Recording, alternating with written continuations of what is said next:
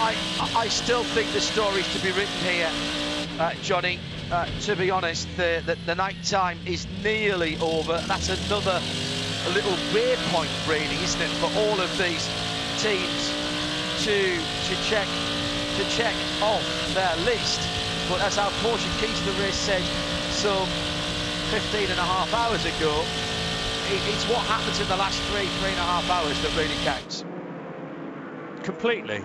And you know, you can legislate for being a certain amount in the lead by a certain hour, but all it needs is caution, and then the button, the reset button is pressed, and that's your strategy right down the pan. And you've got to deal with it. I appreciate this race in chunks, but you can't think too far ahead. It's not like other races that offer a code 60, for example, rather than the full reset.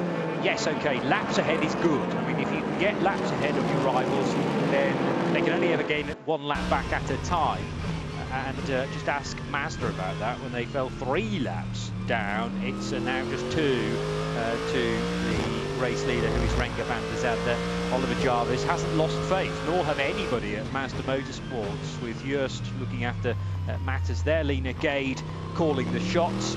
She's no doubt been in this situation before. You don't focus too hard on exactly where you are right now, because it's where you are in 8 hours and 40 minutes. And in 1 second, bang, we are now at the end of another clock hour. So 7 AM at Daytona, the hint of daylight appearing in the sky, and particularly as the cars head through Speedway Turn 1, they are really getting a big dose of sunlight now in their eyes. That Florida sunshine, which is unmistakable. 2 classic moments for photographers and fans alike at this racetrack, when the sun goes down and when the sun starts to rise, as the 31 leaps over the first bit of the bus stop chicane. It's got Mike Conway at the wheel, by the way, in his Wheel and Engineering Cadillac. Renger van der Zande leads the race by just under 5 seconds from AJ Allmendinger for Meyer Shank Racing. That's the better of the 2 Acuras currently, but only by 3-4 seconds. The 2 Acuras are pretty close to one another, actually. Separate entities, of course, one from Meyer Shank Racing with Curb Agajanian, the other from Konica Minolta Acura. Elio Castroneves, Brazilian driver, piloting the number 10 in 4th position. Kamui Kobayashi is at the wheel of the Ally Cadillac Racing DPI. That car's 5th, and it's the 48 machine, also with 512 laps completed.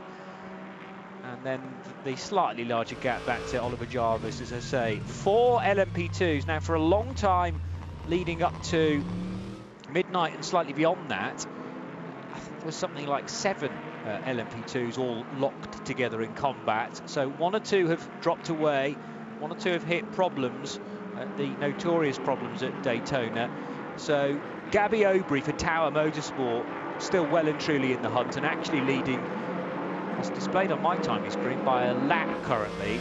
We're waiting for Pauline Chatin to cross the line again to confirm that, but I think the way this timing system is configured, it is a lap between Tower Motorsport and Era Motorsport, with the Dragon Speed machine of Devlin Di Francesco, 82, currently in 3rd place. And then it's the RWR Eurasia Ligier, and that has Sven Muller driving in this tricky transitional stint between day and night. Connor Di Filippi is piloting the GTLM leading car, which is now a BMW.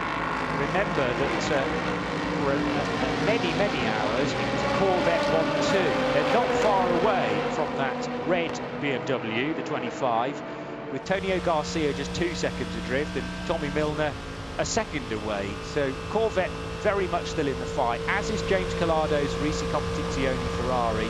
Marco Wittmann dealing with a larger gap of 1.25 minutes back to the 5th placed car. And you know, Kevin Estre has been working very hard to gather all of that lost pace back again, lost position back again. He was down 37th overall a number of hours ago, now back up to 18th place, and all that stands in his way between the nose of his Porsche, and the back of Marco Wittmann's BMW are two prototype cars. Matt Bell's LMP2 Win Autosport Oreca, and the LMP3 of Spencer Pigot in the 74 Riley Motorsports car. So that's a tremendous run for WeatherTech Racing and their Porsche 911 RSR 19. They have kept out of trouble after a trying opening few hours and finally getting some reward.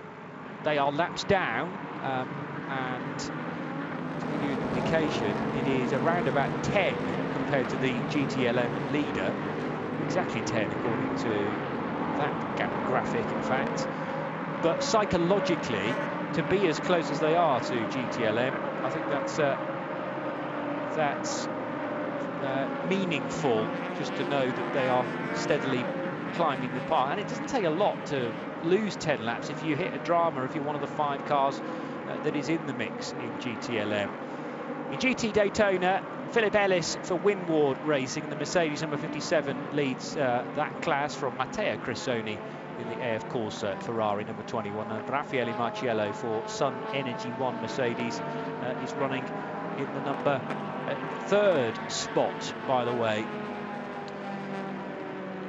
So, you're tuned to RS2, IMSA Radio, part of the Radio Show Limited network of channels. It will be Joe Bradley joining me very, very shortly as part of the VP Racing Fuels Pit and Paddock reports. But before we head to Joe, I'm delighted to say that on the line we can chat to Christina Nielsen, I believe. Aha, you are there. Brilliant. Sorry, I was sounding pretty doubtful there because I wasn't sure that all the technicals were in line. But you are here. Fantastic.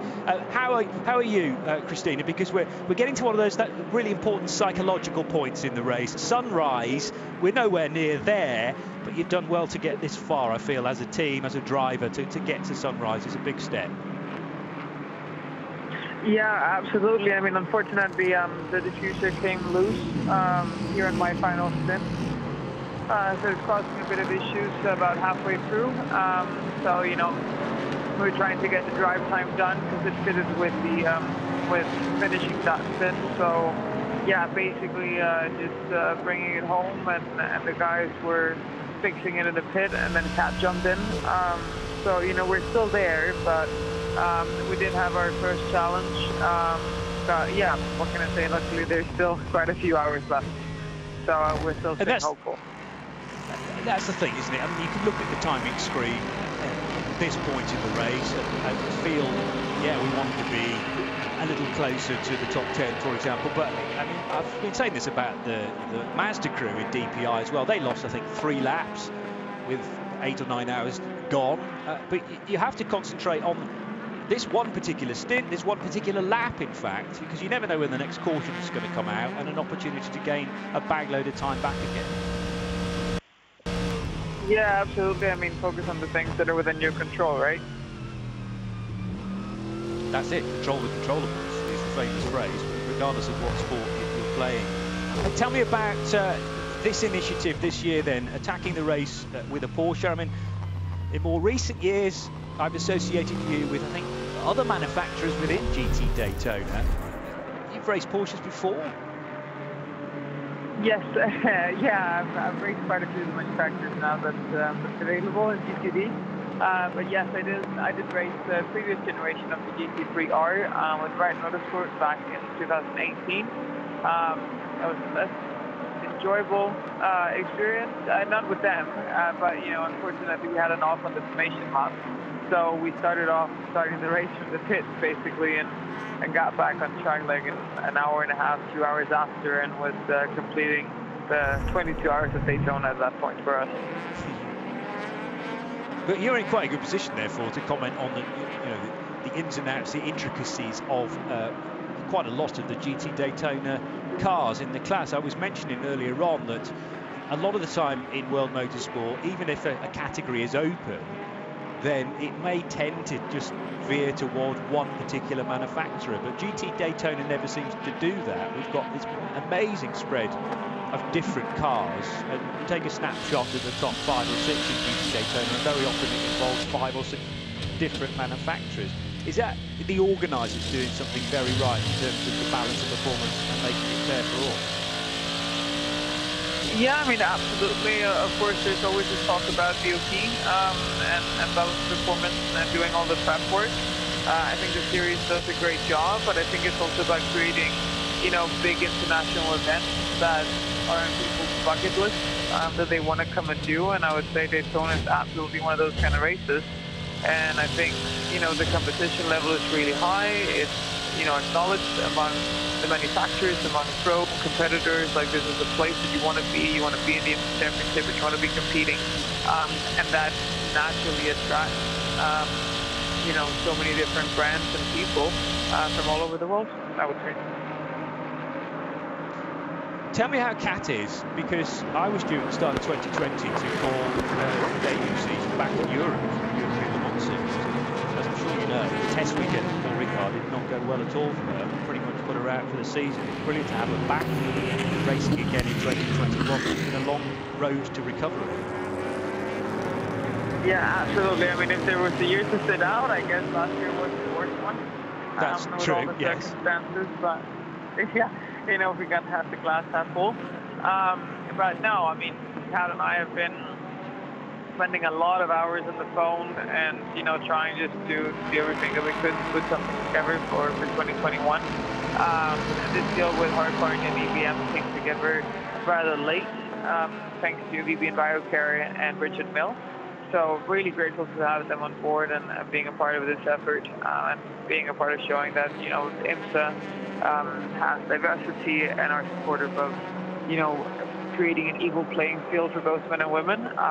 So very excited about that, and I very much hope that we can continue it after Daytona. And, you know, we don't want to repeat last year where we just did Daytona. We would like to be back full season, absolutely. And are we close to being able to announce your plan for the rest of the year? Things presumably are up in the air right now, but you know, the calendar has been obviously released by IMSA, and I guess you guys are working very, very hard behind the scenes to make sure you can do as many races as possible. I'm going to say yes, we are. And that's about it, what I can share right now. But we're feeling confident and hopeful for the future moving forward. And is the idea that you and Kat will stick together for as many races as possible, then, as a twosome, and then you will invite others along when necessary?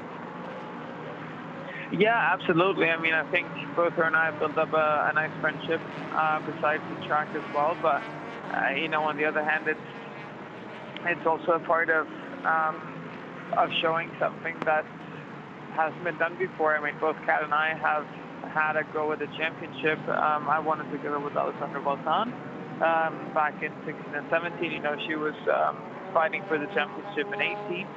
And, you know, we both done it with male drivers, and we would love to do it as a female duo as well. I mean, something that's happening in the World Endurance Championship for 2021 is that, fingers crossed, we'll have two driver lineups that are all female. The Richard Mille Racing crew of Tatiana Calderon, Sofia Flörsch and Beitske Visser for LMP2. And the same goes in GTE AM with stepping up Rahel Frey, Michelle Gatting and Manuela Gosler, who have done ELMS campaigns and now move into the WEC. I mean, I'm a man, right? But it's important. On one hand, it's important not to focus on it because the timing screen cannot tell the difference in genders.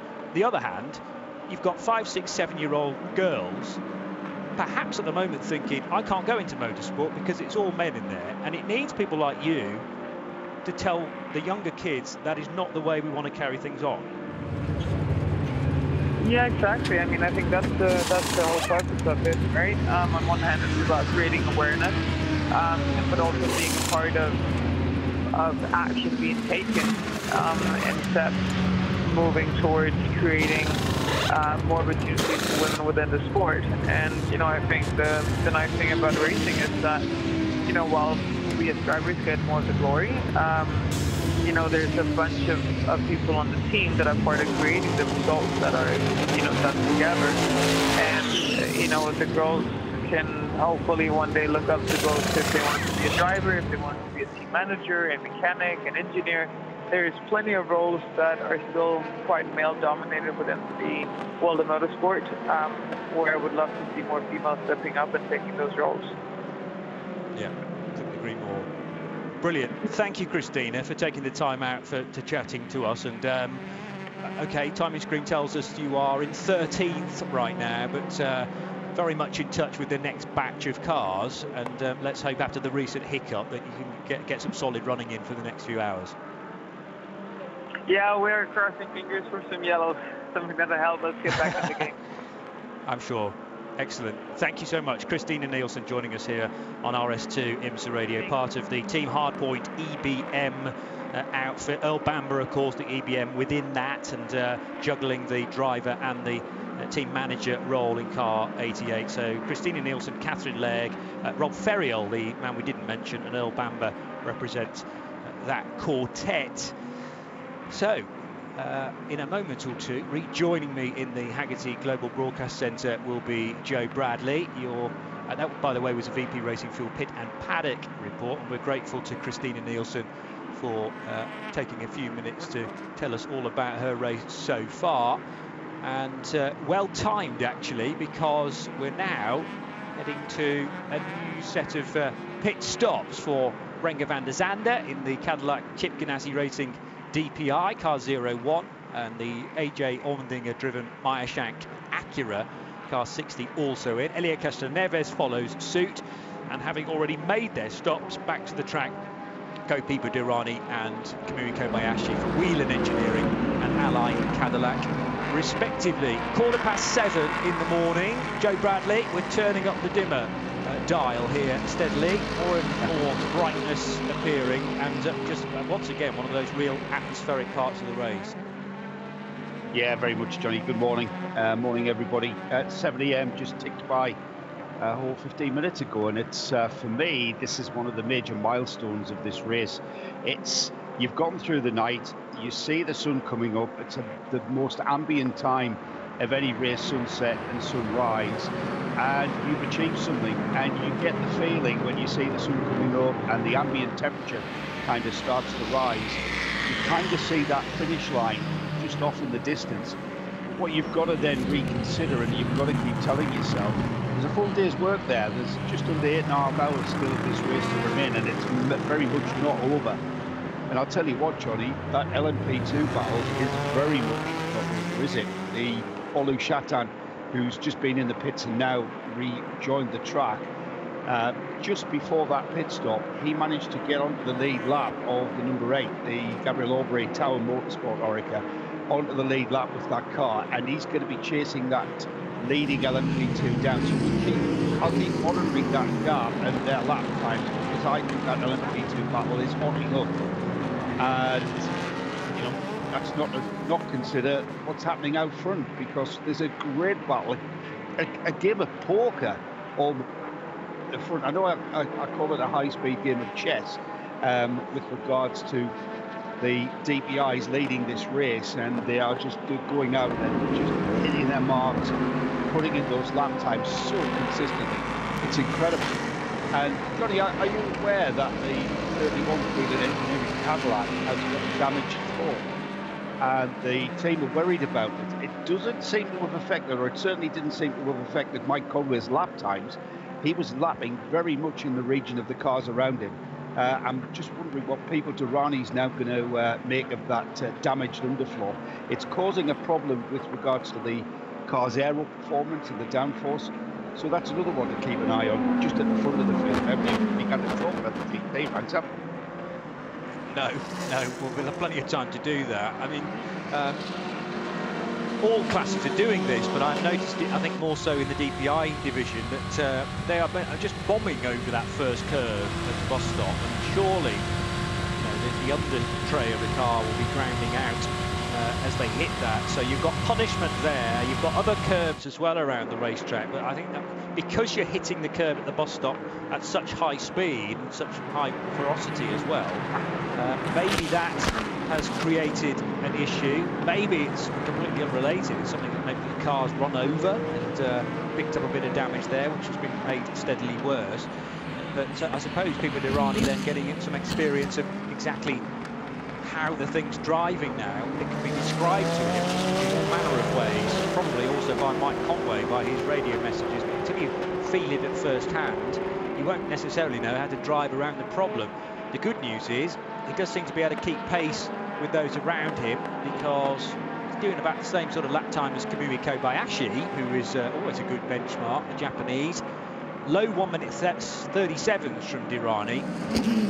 The second place Acura is just underneath that marker with a 136.9. But there's no indication as yet, Joe, that that's holding Pipo Dirani back at all. My only worry in that regard is that it may be getting steadily worse, and it's a question of, you know, again, how much are you pushing? I mean, Jeremy mentioned this earlier on. We're still at a phase of a race where you're driving within yourself to a degree. These cars are capable of 1 minute 35s, and well, we had at the very start of the race a 134.6. So bear in mind they're about 2 or 3 seconds off that. There is more time to find as we get to the really crucial hours of the race, but they've got to make sure at the 31 crew that there's some of that car left by that point. Well, I got that information from the team, and I'm not sure whether that information is kind of now old, and the team at the time that I was sent that were indeed worried about what effect that damage to the underfloor was going to have, because just looking at Mike Conway's lap times and his average lap time from his previous stints, it didn't seem to have that massive effect, and I'm only comparing it with the cars around it.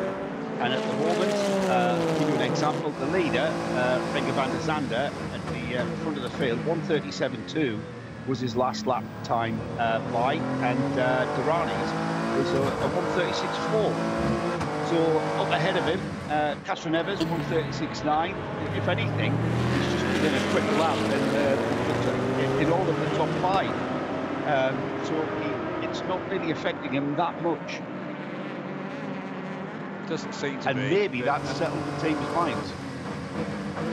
Well, yeah, and you want to be doing that as much as possible, because they've had a long night already, and will be on tenterhooks in case they get a last-minute radio message, maybe at Speedway turn 3 or 4, to say Pipo's got to come in.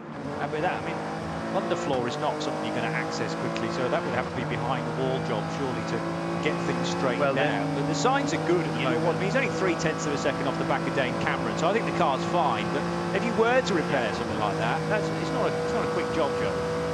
Oh, no, man, that is just going to completely take that car out of contention right now. I would suggest that car's in contention for the win.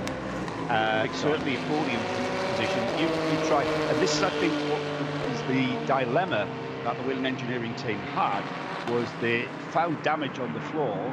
Would have preferred to have replaced it, because, you know, race engineers and race mechanics, they like a pristine race car, and they like everything to be perfect.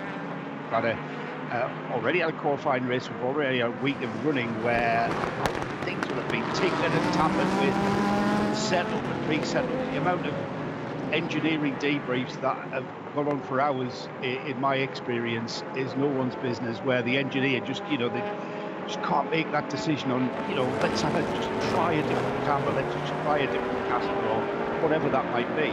So they wouldn't have been happy with it not being absolutely perfect. However, I think the choice that they made was the right one, because if they had decided, no, let's replace that floor, that car would now be way down the field and out of contention. It's not a quick fix, like you said.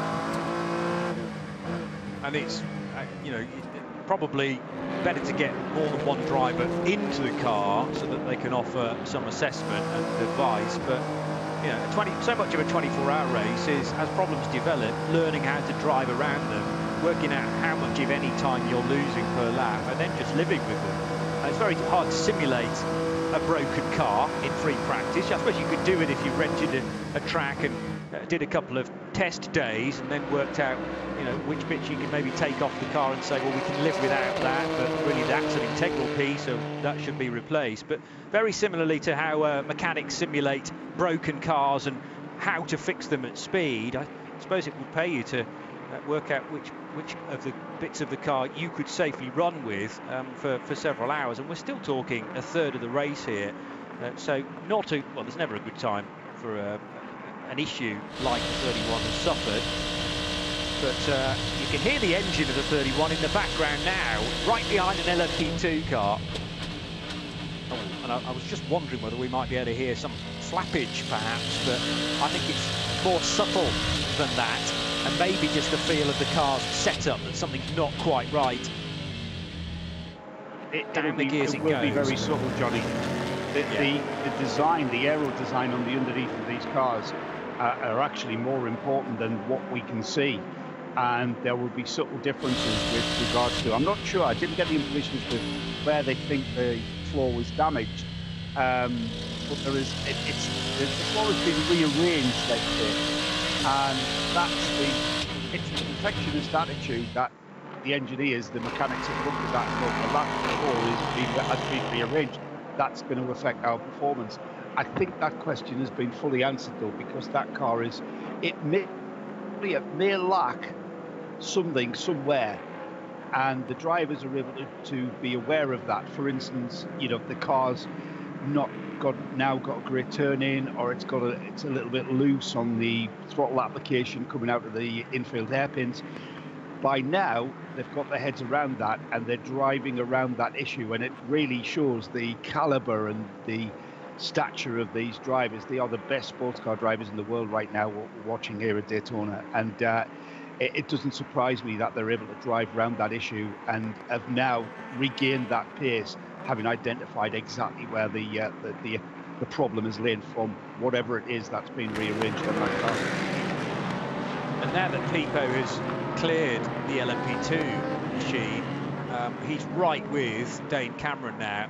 So this is a good yardstick. Dane, much earlier on in the race, was given some rather second-rate Michelin tyres purely because he'd been through one stint already, and he ended up with some second-hand rubber. And it was notable in the lap times that Dane was still pedalling as quickly as he could, but as safely as he could. And again, if you end up with a set of tyres like that, it's really something, once more, that you just have to live with for 30-odd or 20-odd laps in the case of DPI, and then hope that the next time you're in the car, the situation has improved. The 97 Aston Martin stays nice and high and wide at turn 6 to allow the battling DPIs through. Third and fourth positions then for Dane Cameron and Pipo Derani, and for fear of not giving GT, LM and D any love, then let's give you the order there. Speaking of the 97 Aston Martin, I can tell you that's Ben Keating in the TF Sport Aston in another highlighter yellow liveried car. So yet another version of the British Racing Green, you could argue. They used to be in that very deep, traditional British Racing Green colour. Then there was a slightly lighter shade of that adorned the new Vantage, and I would say that's a different colour again for car 97 and TF Sports. Obviously Tom Ferrier deciding to, for the moment, scrap the blood red livery that ran on the number 90 car throughout the World Endurance Championship campaign, won the 24 Hours of Le Mans, and we need to get used to this new livery for Ben Keating, the car that he shares with Richard Westbrook, Charlie Eastwood and Maxwell Root. That car is 7th. Ahead of him on the road is the FAF Motorsport Porsche in the plaid colours, so half tartan and half silver. That's the number 9 car, and Matty Campbell, the Australian wizard, is at the wheel of that car, running in 6th. Then it's Jan Halen 5th, also in a Porsche for Wright Motorsports, car 16. In 4th place, Corey Lewis, Paul Miller Racing's Lamborghini Huracan, last year's winners, running just outside the podium spots right now. Raffaele Marciello is in 3rd for Sun Energy 1 in the Mercedes from number 75, metallic blue with the flame effect around the nose. Philip Ellis is driving the Winward Racing Mercedes, car 57 in 2nd, but back to the lead of the class in GT Daytona, Matteo Cressoni.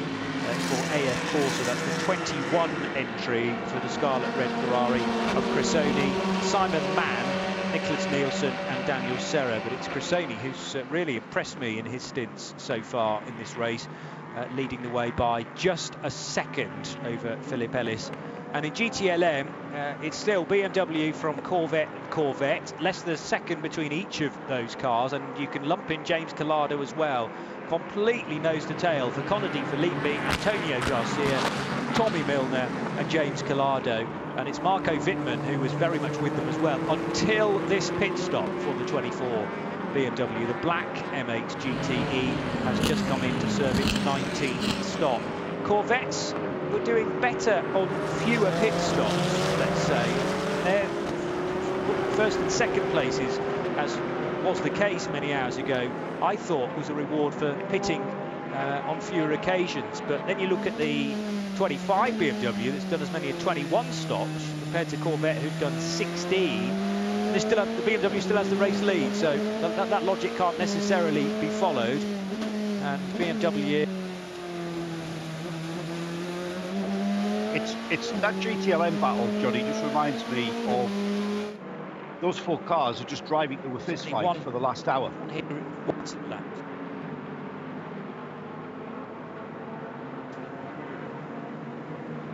Oh yeah, completely. It's the same every year, isn't it? It's a smallish class, but always I tend to find the most competitive, Joe.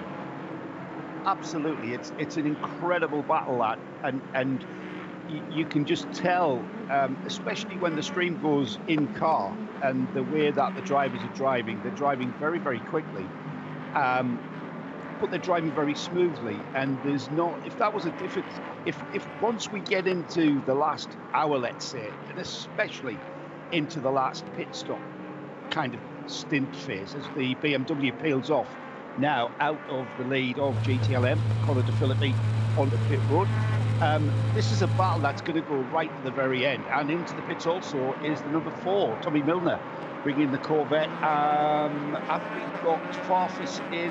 Yeah, Farfus has been in and gone out.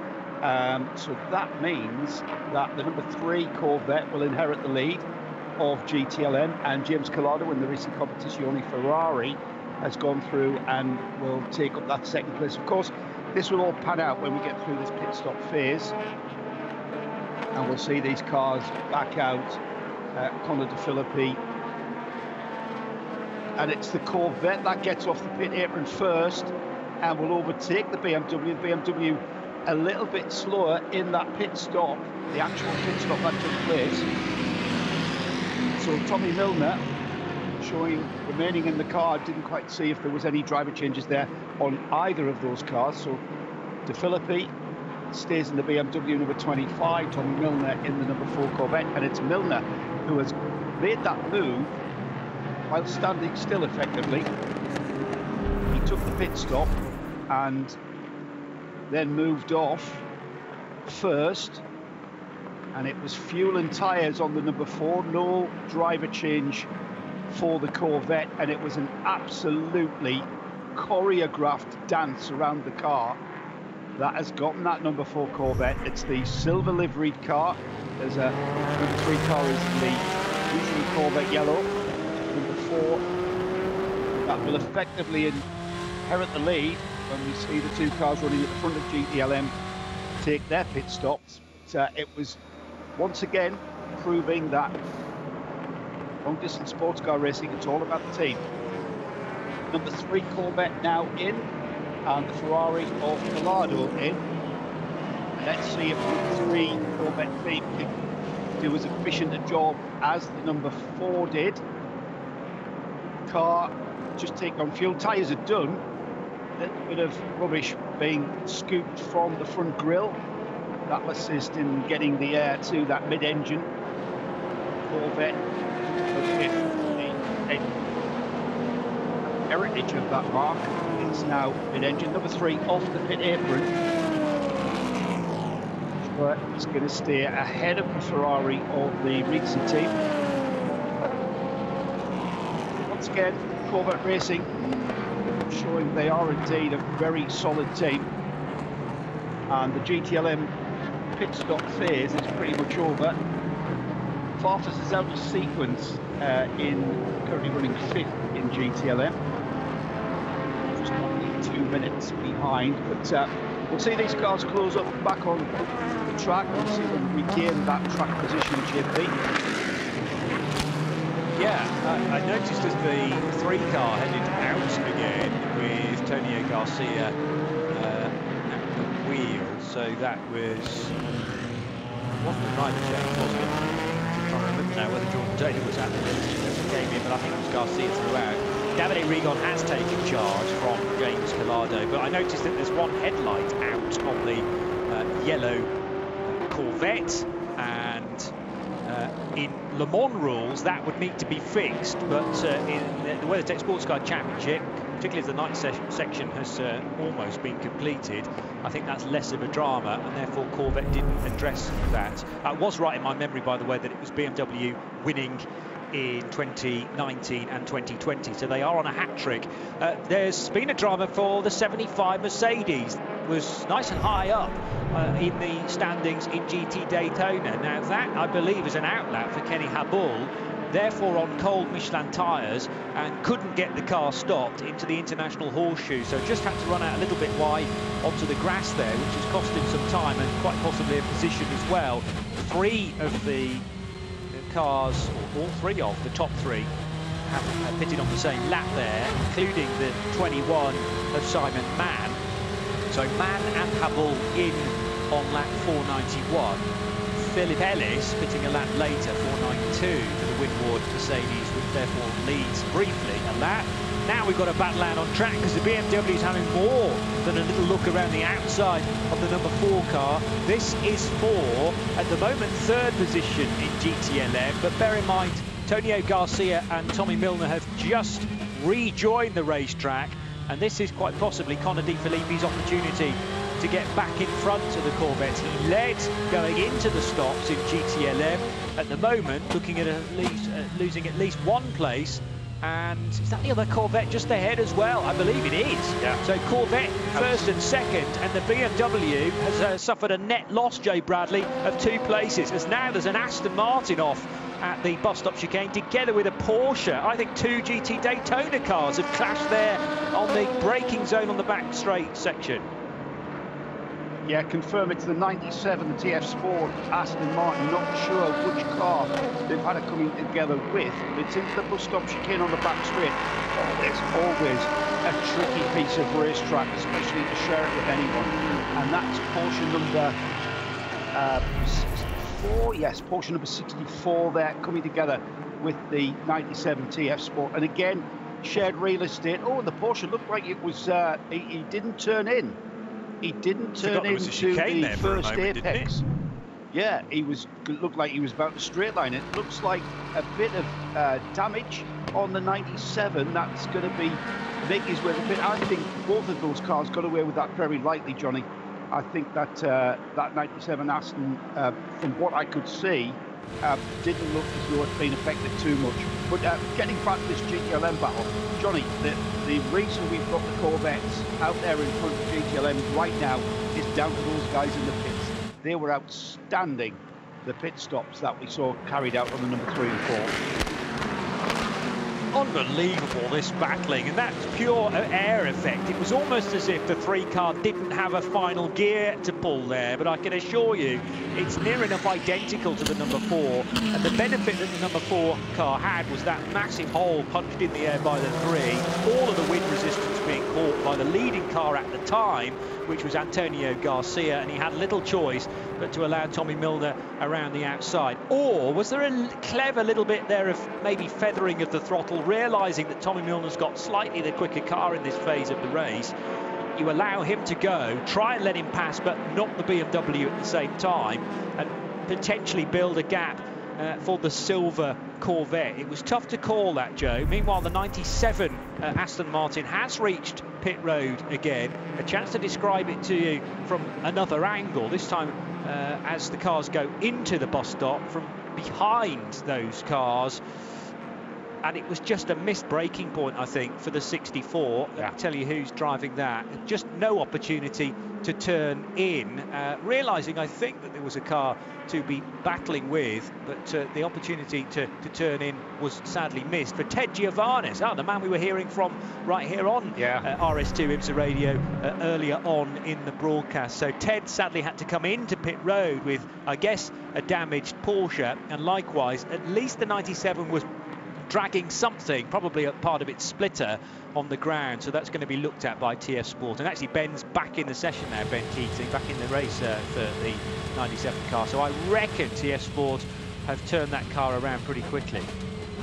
There's a lot happening at that point, Johnny, into the braking out. It's a very, very high-speed turn-in, and it's a left-right followed by a right-left. And the right-left exit is pretty flat out, so you try to scrub up as little speed as possible. And we saw there, I'm not sure whether that was the Aston trying to go around the outside of the Porsche, or the Porsche down the inside of the Aston, but it's not uncommon to see that. There's nothing out of character there, seeing an incident like that at the bus stop, and hopefully we'll see both of those cars rejoin without too much of a delay. Back to GTLM though, this is a quality fist fight. Do these guys know that there's 8 hours of this to go? Can they keep this up? It's mega. Of course they do.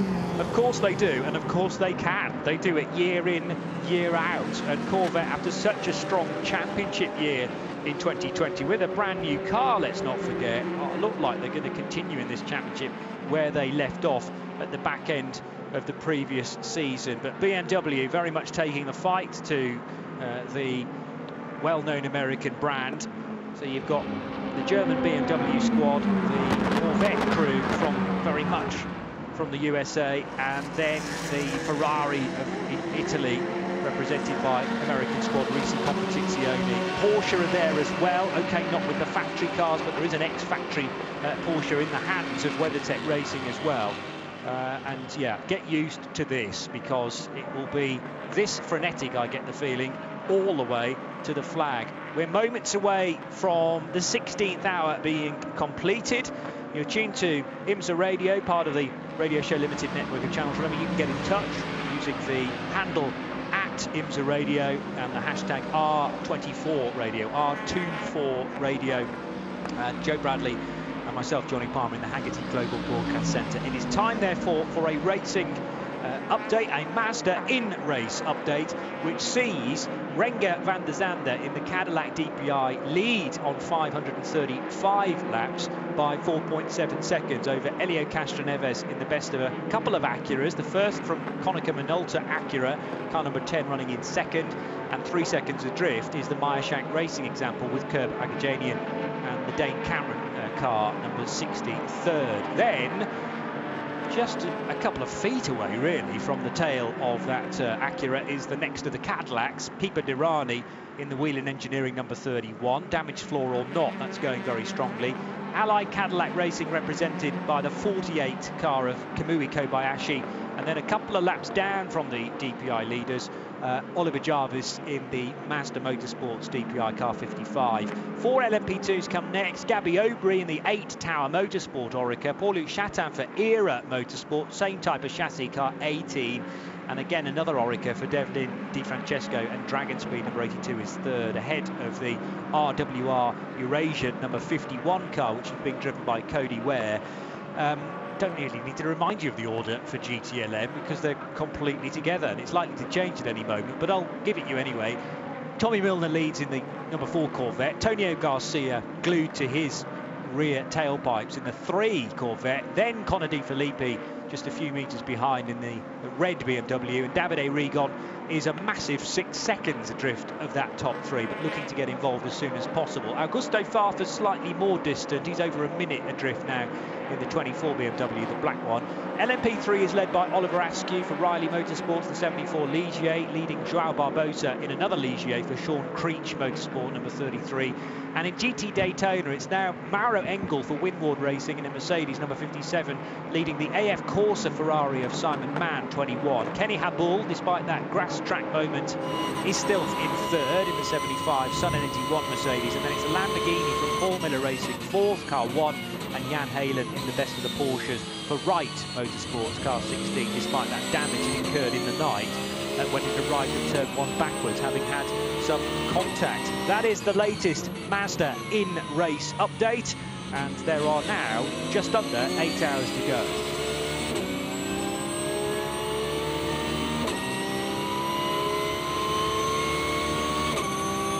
Back up onto Speedway turn 1 go a clutch of GT Daytona cars, led by Ben Keating, and I'm trying to judge the pace of Ben's number 97 Aston Martin to see whether it's carrying significant damage. It's about to be challenged by a couple of cars, and there is an overtake to be made there by the Wright Motorsport Porsche. Brilliant car placement from Jan Halen to get on the inside of Corey Lewis and snatch 4th place away from the Paul Miller Racing Lamborghini. So Ben will be grateful not to have been involved in that. It was almost as similar as the clash that Ben had with the Porsche of Ted Giovannis. Thankfully, though, in this case, contact was avoided, Joe Bradley.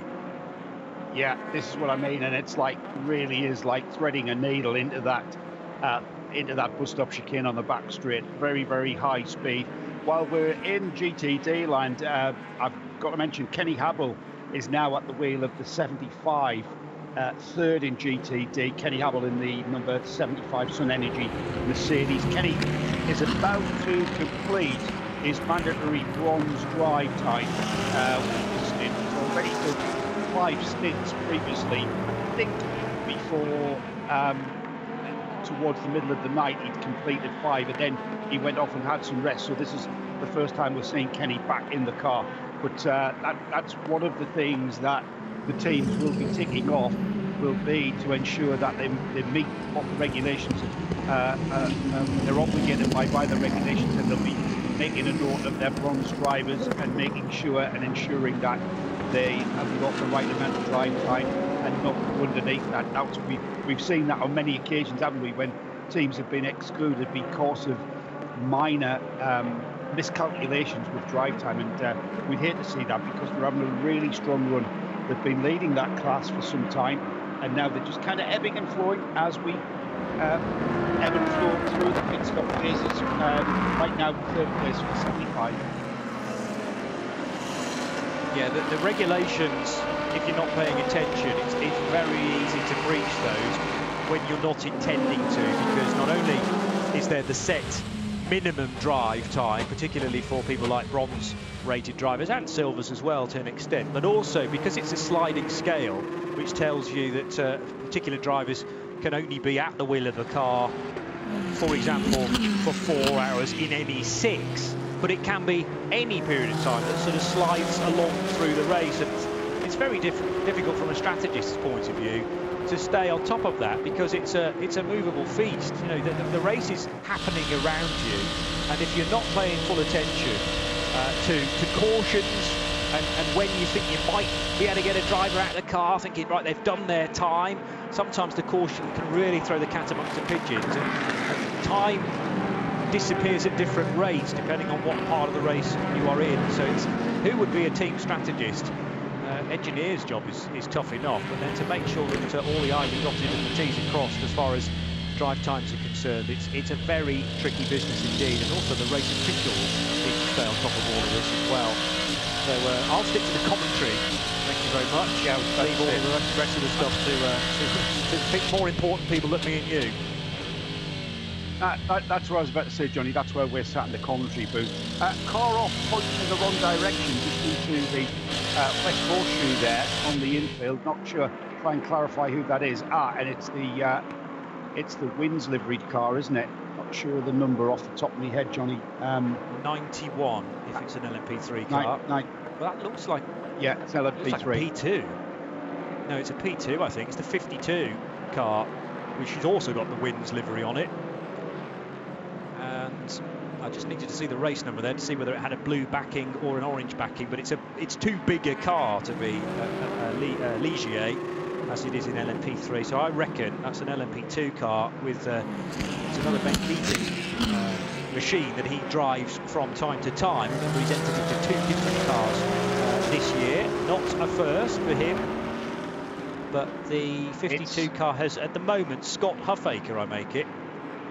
Yeah.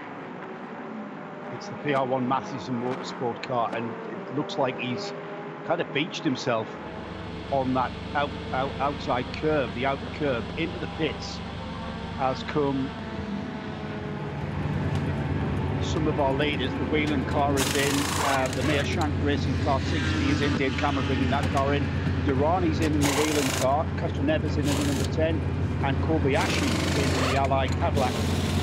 Also, Renda van der Zande has not come in, he stayed out, and that might be.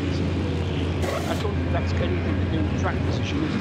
Just being caught out there. But the teams there, seeing that car beached, are kind of perceiving that that will bring a full course caution, and they are getting into the pits before the stop window shuts. Wheel and car already on the move. Preempting the caution, which, you know, can be clever until the caution doesn't happen. But it hasn't happened yet. But I think that's race control giving Scott Huffaker as much time as possible to recover the car. I couldn't work out whether it had made contact with the tyre or not. It's difficult to tell from that particular angle whether Scott can easily drive it out of its resting place. There's a tyre wall there. What do you reckon, Joe? Is it just stalled, or has it suffered quite? Yeah, he's trying to get restarted, isn't he? There's a chance that he could be beached, although there's no real heavy curbing on the exit. He just lost the back end going in, and he looks like the rear wheels are on the grass on the outside of that turn. Now we have gone full course caution now. It looks to me that he reversed the car. Now the car's moving ever so slightly. Now I'm wondering, Johnny, if that spin has been a selection issue, or whether he's spun it and he's just stalled the car. But the car's back on track and moving. It's going to be a very short. You know what? I bet the race stewards are thinking, why couldn't you have done that a minute ago? Yeah. You've thrown the yellow now. Yeah. Well, it's not Scott's fault. It's not race control's fault either. It's just one of those quirks of a motor race. It so often happens that way. You know, you count to 10 or 20.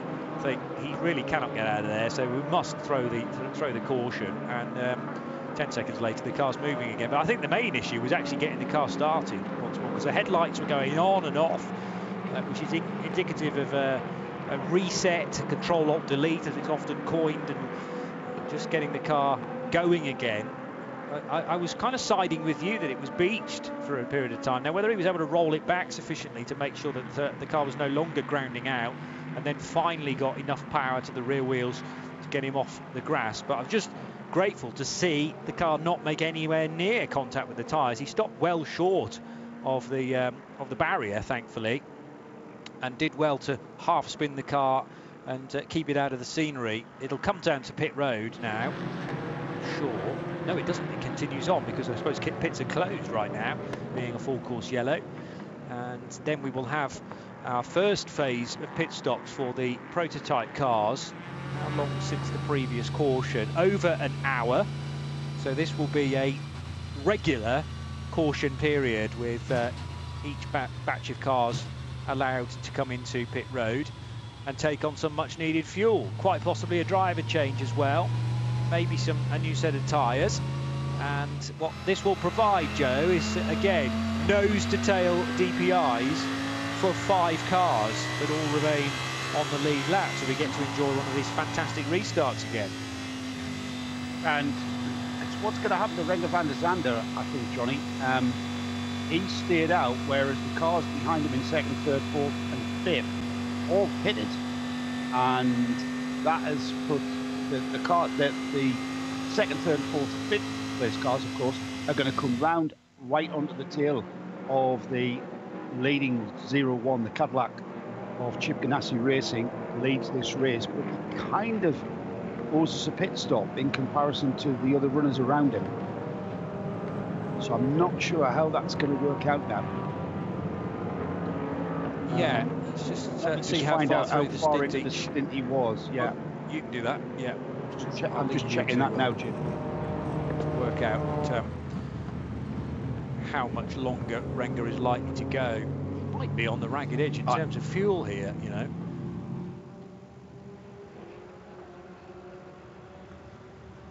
The caution's definitely going to help the Dutchman, because you don't burn as much fuel circulating. Go on, he's go on, not Joe. on the edge of his fuel stick, Johnny. He's not on the edge of his fuel stick. Does that suggest he's been in then? Because I've got him completing a 22 lap stint, so has he already come down pit road? you talking about Renger here, or are we talking about somebody else? Yes.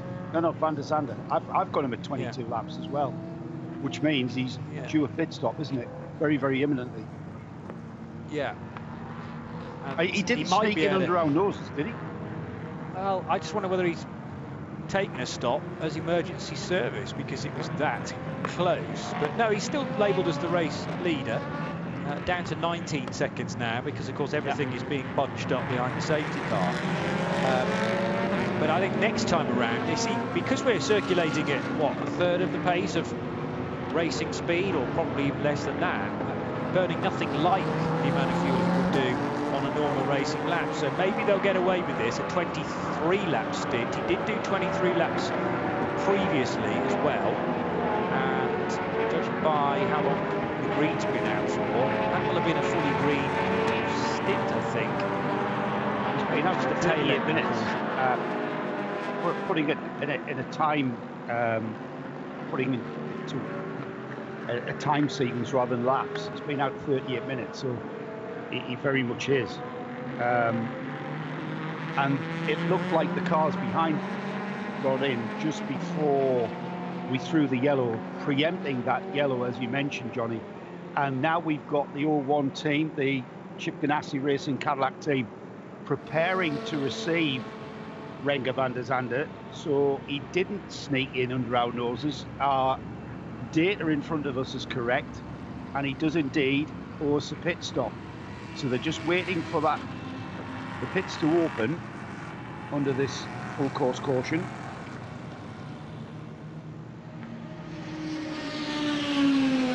The team will know how close he is, because I think if there was any concern at all, they would have called him in for emergency fueling, which provides you with a quick shot of fuel for 5 seconds, but they haven't needed to do that, and that would have of course taken his lead position out, away from him as well, and wants to try and retain that for as much as possible. There's no telling how things will unfold once they finally do get to pit road, and the best place to be is out front. Okay. He's gone past the pit entrance, so he's staying out. I'm not sure whether the pits have opened yet. The last message from race control was to commence the pass around. That was 2 minutes ago. So, and car 5 has entered the pits. That's the only car that's peeled off so far. So Loic Duval is obviously right on the cusp, but confirmation that the pit lane is still not open. So Loic having to do emergency service here in the Mustang sampling Cadillac DPI. Renger van der Zande, or at least his team, Chip Ganassi Racing, are happy for that car to stay out. Happy in inverted commas. I'm sure they would have liked to have pitted the car, but they just cannot at the moment. He's due a pit stop. He was getting to that point where in the fuel stint he was needing fuel, and it was just bad timing, Johnny. This is what can happen. It was bad timing that yellow came out, and he's obviously got enough fuel he can feel that he can run behind the safety car and make it round another lap. And the thing is, we need the pits to open under this caution process for the 01 to be received by the Ganassi team. They're waiting patiently, and they know what job in hand they've got. Looks like they're preparing a front section to go on the car. What you find the teams will do when they pit under a yellow period, they'll take the opportunity to remove the front deck and replace it with a serviced one or a brand new one. And while the serviced and brand new one is being used, they'll repair the winglets and clear out the ducting on the one that's just come off the car, and you'll see them swapping round. And it's usually period, because that's when they're not going to cost themselves too much time in the pit stop in the yellow. And that's what I think the Ganassi team have got in hand there as part of the servicing process on that 01 car. Do they have in DPI such a thing as daytime bodywork, so that the the aero settings are very slightly different on that new nose of the car, because obviously, the air quality changes, doesn't it, overnight?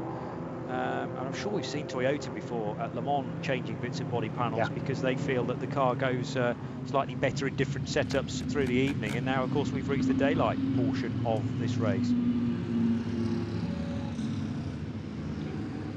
So he's entered the pits, and the number 48 has also come in to take a pit stop. The NASA team go to work.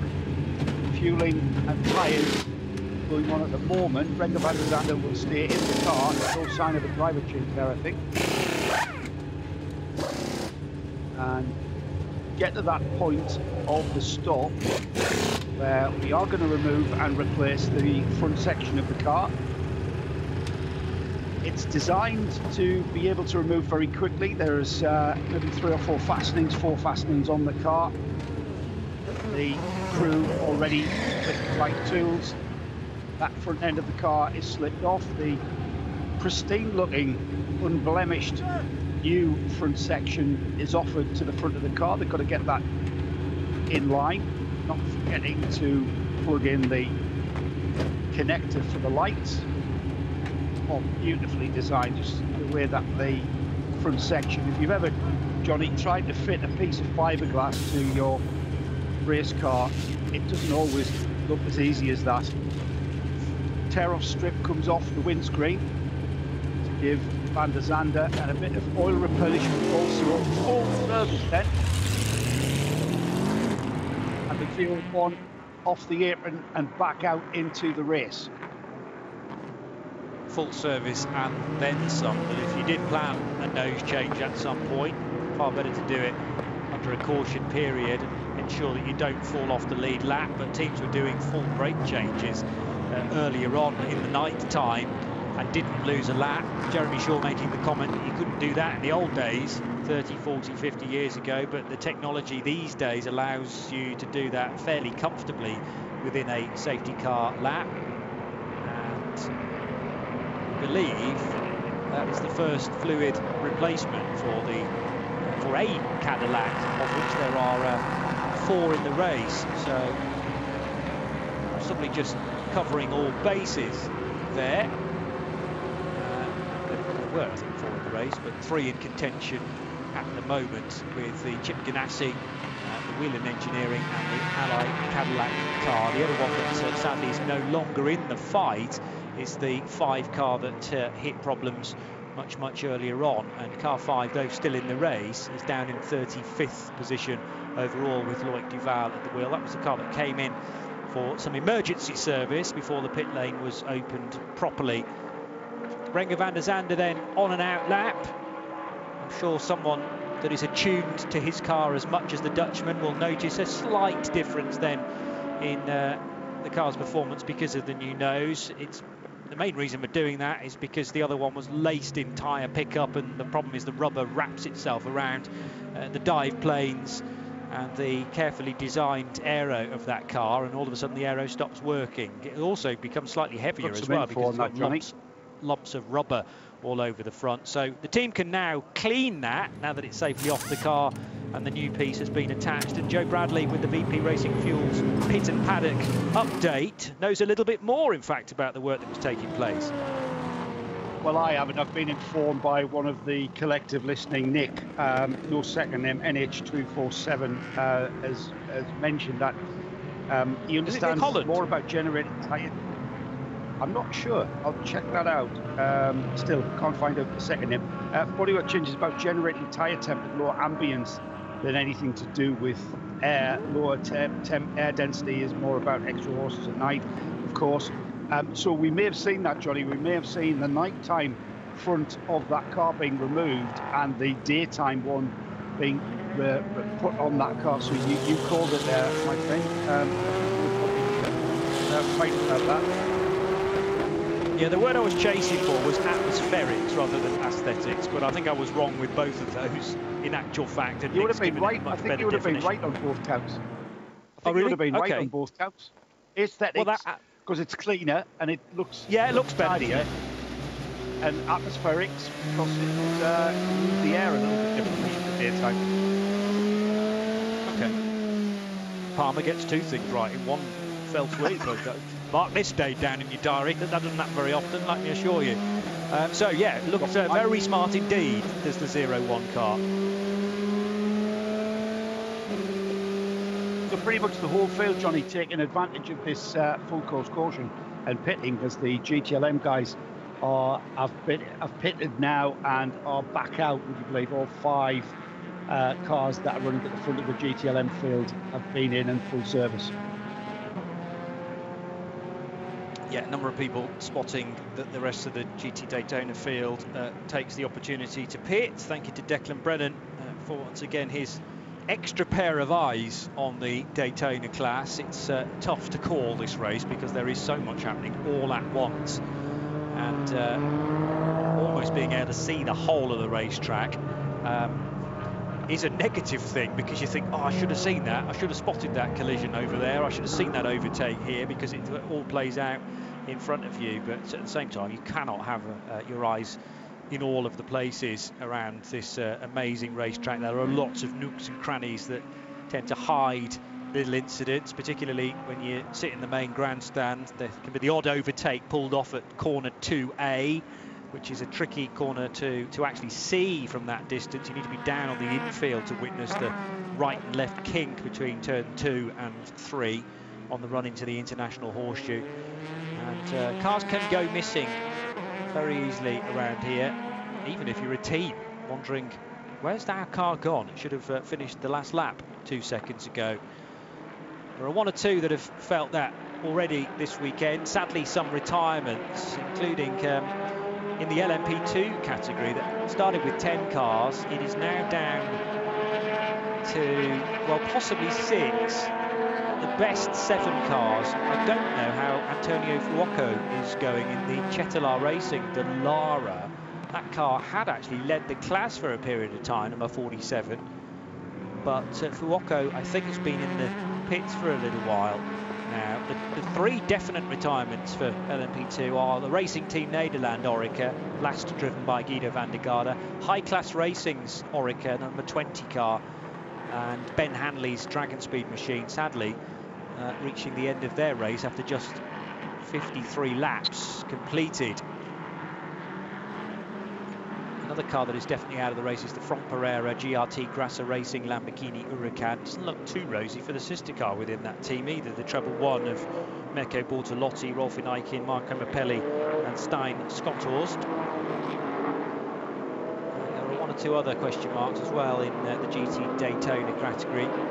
Although still running for Vasser Sullivan, a now repaired number 12 Lexus, which caught fire in the night time on the back straight, arriving at the bus stop chicane and then grinding to a halt with a large amount of flame licking from both exhaust outlets, which exit the car just behind the front wheels, and that started a small grass fire as well, with Frankie Montecalvo at the wheel having to exit very quickly indeed. But the corner workers, the marshals with their rescue unit, were to the scene very quickly indeed, as you would expect here at the Daytona 24 Hours. Quick response, doesn't even begin to describe it if you are in trouble around this place. GTLM cars snaking their way through the bus stop chicane, followed by the GT Daytona cars. Really not very far away now, Joe Bradley, from the order being re-established, and I think we're shaping ourselves up for a restart very soon. Yeah, they're bunching together, aren't they, Johnny? I think it might be this time by... I think you're right. I think we're right. I think we're about to go green, JP. So Elliot Castroneves deciding he's got enough of a margin just to weave very slightly to the left and to the right. The Mazda, remember, is not on the lead lap for Harry Tinknell, and round the outside there goes the all-white car of Renger van der Zande, wasting absolutely no time at all. Picked off at least 1 place there and unlapped, or rather lapped again himself compared to the Mazda. So does that put Renger up to 3rd position already? He's managed to leap ahead of Pipo Dirani as well. Confirm that in just a moment as they head into the West Horseshoe. But there's been no change at the head of the order for Elio Castroneves. Then it is Dane Cameron in the 60 Meyer-Shank Racing Acura. So 2 of the Acuras, first and second. And then in third position, Renger van der Zande, hotly pursued by the Pipo Dirani car. Jimmy Johnson loses 1 place in the Ally Cadillac machine. Started restart 4th, he's now in 5th position and duelling with Harry Tingle, who's still a couple of laps down. Gabriel Aubry taking the restart in the lead of LMP2 from Kyle Tilley and Devlin Di Francesco. And it's Tommy Milner, Davide Rigon, Antonio Garcia and Connor Di Filippi for Corvette, Ferrari, another Corvette and BMW. And you can lump the other BMW into that as well. They are completely together once more. And that's what ensures that GTLM, I think, will stay nose to tail all the way to the finish, pretty much. If we get cautions as regularly as we've been having them, and because of that, we're not going to reach a record distance, by the way. In fact, at the moment, we're going to struggle to make 800 laps. The record distance set last year at 8:33. But these cautions, yes, they interrupt the flow, but they do deliver a restart like that every couple of hours or so. So they're welcome for me, but I do appreciate from the team engineer's point of view, you want to be into as much green flag running as possible. And they're a bit scary as well when you're watching your car. Well, that's true. TV screens on the pit wall going side by side, almost wheel banging. I'm a little bit perturbed by the exhaust note on that of the Michelin engineering car. Durrani, we're aware that the team had concerns about the underfloor, which was causing something. I think we're pretty settled with that, but the exhaust note for me sounds like it may have a leaking exhaust, quite frankly, from the header maybe, the exhaust manifold. If you're in Europe, it's got a completely different sound to it, and I'm not sure, usually when that happens, lack of back pressure can cause an increase in power, but it's also doing detrimental, it also has a detrimental effect to the overall workings of the car and the engine, and it can cause all sorts of anomalies within the engine management system. So I'll be amazed if that car makes it in 7.5 hours with that exhaust sounding like that. Hey, I've been through one many times. Have you mentioned what we think is the issue for the Cetilar Racing Dallara, by the way? You have. Well, I thought you mentioned that. No, I didn't call it because I thought I'd leave that to you. Oh, right. Well, I've had information from the Cetilar team that they had high temperatures in the number 47 Dallara, high temperatures in the engine and the gearbox. It turns out that the gearbox is where is what's fallen over on that car, and that's caused, I think that's down as an official retirement now, Johnny, am I right? Yes, you are right. Gearbox. So it's a gearbox failure, and going way back to the very beginning of this race, a gearbox issue destroyed the hopes of the racing team Netherlands, the number 22. Fritz van Aert put the car off, and it's believed by the team that when Fritz put it into reverse to back it out of the tyres, very front of the car, they broke a tooth off one of the cogs in the gearbox. That tooth, because of this very tight confines of the inside of these gearboxes, that broken tooth caused absolute mayhem inside the gearbox of the 29 and caused a catastrophic failure. And that's all it takes. All it takes is a chipped tooth. We've got a loose bit of metal floating around there, and if that gets in between the teeth on the cogs, you have catastrophic gearbox issues. And I wouldn't be surprised if it's something similar when they get that number 47 Dallara gearbox off that Cetilar racing car and to the workshop, open it up, and they'll find something nasty in there. To completely go against my last statement, I look at the screen and 47 is back in the run. Yes. Literally. It's been in the pits for 3 hours. That has not been a quick fix for the gearbox. completing the whole unit. But yeah, high engine temperature, high gearbox temps were a major concern for Chetelaar, and that's the reason why it sadly had to sit out a very large portion of this race. But they are not a retirement. Let me retract that statement. Dallara lives again to fight a few more hours at least. I like that spirit, Johnny. So some reward. I like that spirit. Yeah, well, those guys at Chetelaar, run by AF Corsa, have won many an award just purely for racing spirit before, either awarded by us here at Radio Show Limited, or I think one year the ACO actually gave them a gentleman award after a season at the European Le Mans Series. One thing they are not short of down at that team is sheer and brazen enthusiasm. So if they can get the car out again, they will do so. And Andrea Bellicchi, he's 41st of something like 43 remaining cars, but that doesn't matter because now the target is to finish the race. And why wouldn't you? If you're one of those four drivers, all four of those drivers want to drive here at the Daytona International Speedway. So if they can get the car out and running, we can at least enjoy and have the pleasure of driving a racing car around this beautiful track. And I think that's what it's all about. There comes a point, if you've encountered issues, where you've just got to resign yourself to, well, today's not our day, let's just go and enjoy driving this race car. And I've just been told, thank you Nelson Balker, passing me this information, it's their final race with this Dallara.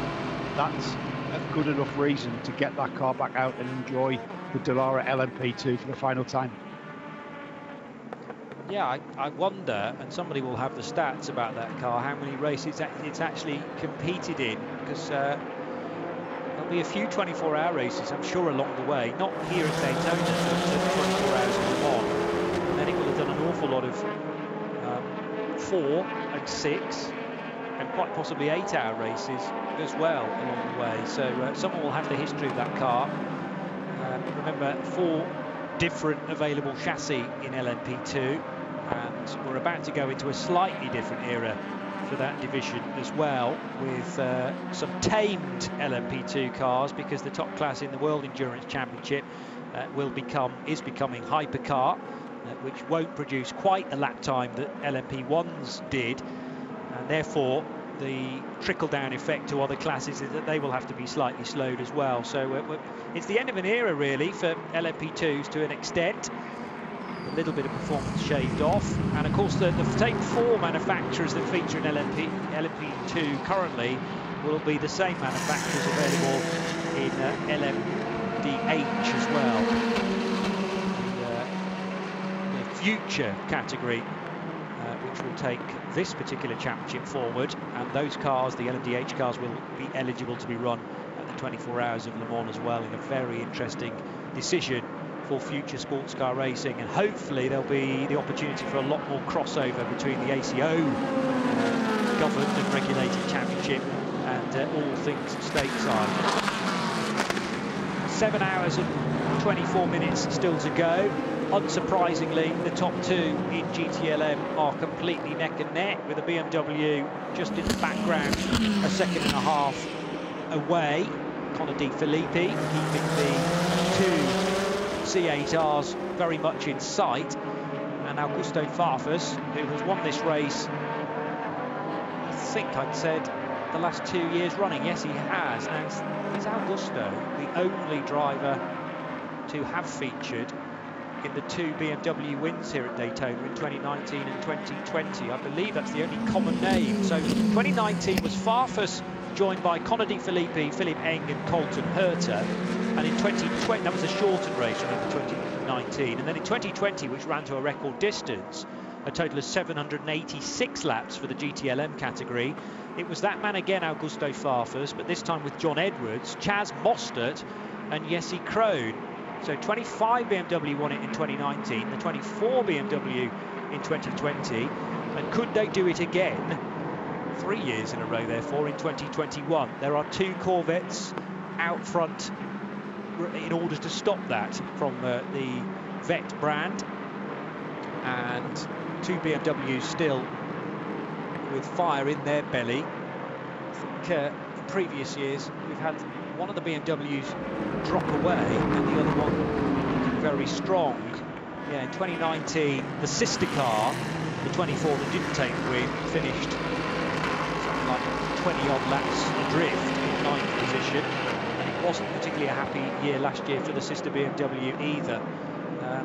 24 BMW won it from 2 Porsches, and a 4th place finish was the best that Corvette could muster from their debut event. But remember, 2020 would be very special indeed for Corvette racing, with a championship to take away with them at the end of the season. And that from a brand new car, so they did incredibly well with the mid-engine Corvette straight out of the box.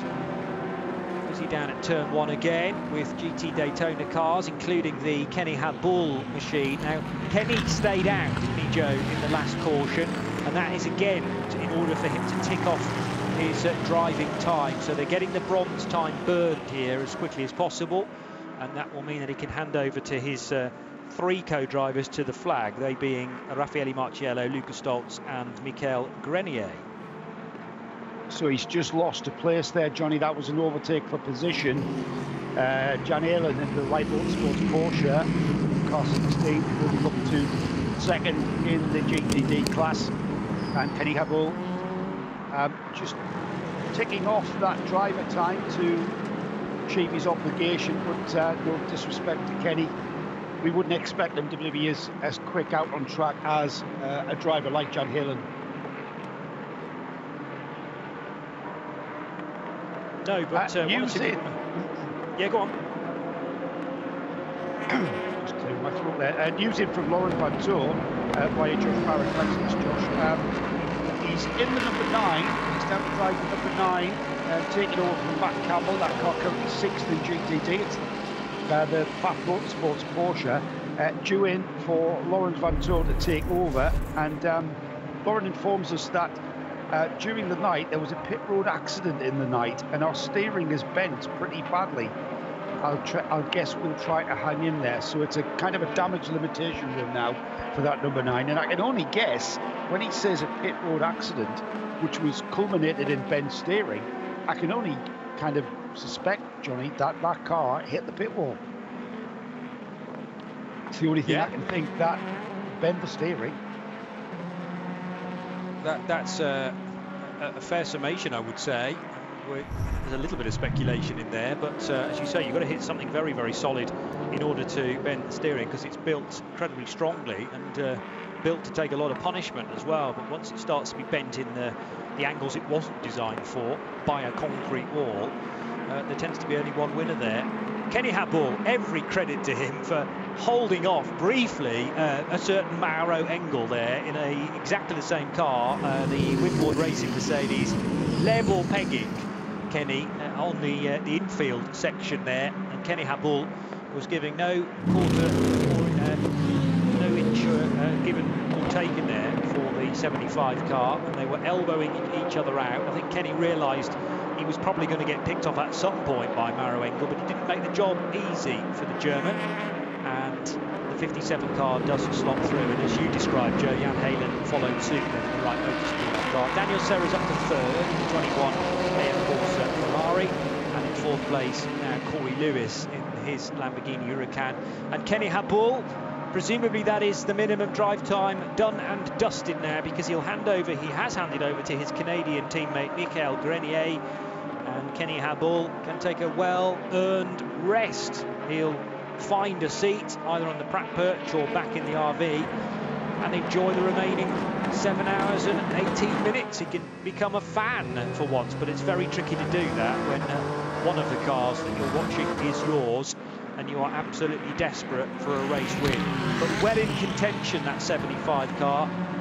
Kenny Hubble can breathe a sigh of relief that his hard work for this 24-hour race is done, Joe. Yeah, and a great run for Kenny. He had a very busy day yesterday at the start of this race. He did a 30-lap stint, followed by a 14. He then handed the car over.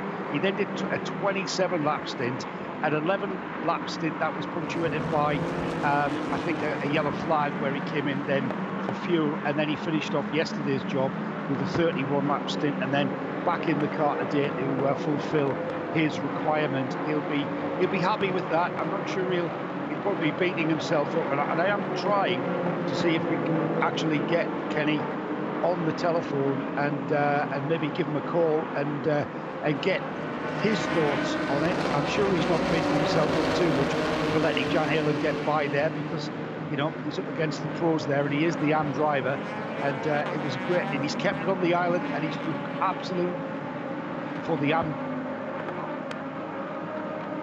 Yeah, and remaining in 6th place for Michael Grenier. So it's all about making sure you hang on to that lead lap for as long as possible. And they're still there. Okay, there's a minute and 20 seconds now between the rejoining 75 and the next car, which will be Matt Campbell's FAF Motorsports Porsche. Maybe that the Sun Energy 1 car drops another place, but maybe Aidan Reid is at a sufficient distance away, actually, in the Turner Motorsport BMW. You always get this slightly grey area when a car rejoins and the timing screen, the timing system sorts everything out. But they are there or thereabouts, crucially, for Sun Energy 1. Meanwhile, Renger van der Zande in the 01 Chip Ganassi Racing Cadillac is leading the way by 1.5 seconds from Elia Castroneves in the number 10 car in the Acura. Then it's the Meyer-Schacht Racing Acura third, with Pipo Derani and Jimmy Johnson for Whelan and for Ally Cadillac Racing. Tower Motorsports' Gabriel Aubry leading in the number 8 car for LMP2 ahead of Kyle Tilley in the Era Motorsport Orica, and Devlin Di Francesco still in 3rd position as the Elia Castroneves Acura arrives at the bus stop with 75 Mercedes just ahead of Michael Grenier. And around the outside now of the rejoined 47 Dallara will go Pipo Derani to put another lap on that LMP2 car. Pipo's last lap still very much on the money, a 1:36.832, and he is only 0.6 of a second shy of Dane Cameron. At no point really do we know what age of tyres these cars are on. I know Jeremy Shaw got some information earlier on in the piece about some tyres that were being double stinted. There's nothing really stand out in terms of times being produced by the DPIs there which suggest that anybody's on very old Michelin rubber. I think that they're able to hold some of the better tyres back. It's 38 sets available to all DPI cars, but that's not for the whole of the race, that's for every single session. So it didn't involve qualifying last weekend, of course, in this year's format of the race, but they've had to do 4 free practice sessions and now all of the race on just 38 tyres, 38 sets of tyres. It's like a holding pattern, Johnny, at this stage. Just over 7 hours remaining. They're lapping in the 36s, the 37s. Van der Zande currently holds the fastest lap of the race so far with a 1:34.6, and the cars behind him 1:35.2 for the Castroneves car, 1:35.2 for the Dane Cameron Meyer-Schacht car. That's their fastest laps, and then the Whelan Engineering car, that's got a fastest lap of a 34.8. So we're not at an optimum pace, we're at a very quick pace, don't get me wrong, but it's kind of like what we described in the GTLM class, where you've got those cars just keeping to the pace, keeping to the program, pushing without risk. Yes, they are pushing the cars without really destroying and leaning on those tyres in an overly aggressive way, and that's pretty much what we're going to see right now until perhaps the final couple of pit stops, and then it'll be gloves off, and we'll see what performance levels of these cars are driving. I really like going towards the checker flag. Nothing again between Pipo Derani and one of the LMP2 cars who's looking to get by. But this is tough when you're in a DPI car and looking for a way past the LMP2. So your DPI is faster up on the high banks and the back straightaway, but it's a game of patience when you're on the infield, because the aero benefit for an LMP2 versus a DPI is about the same. Actually, it's pursuing an Acura, I beg your pardon, so you can't tell the difference between the back of an LMP2 and the DPI, but from the front that is very Acura shaped indeed, the Dane Cameron car. The point still stands though that it's tough to overtake when you're in the top 2 prototype classes and your DPI looking to lap an LMP2 car, much better to do it through speedway turns 1 and 2, to shape up a manoeuvre that can then be completed on the back straight and into the braking area for the bus stop. Pipo very close indeed to Dane Cameron coming out of turn 6, and then Dane kind of checked out for the rest of the lap. So whether the back markers meant that Pipo just couldn't get onto the throttle as early as he would have liked, he is steadily reeling in Dane Cameron now as they reach the tri-oval. Just going to run out of straight road though. That 31 car looks very good on brakes, mind you. They have changed the brakes on that car.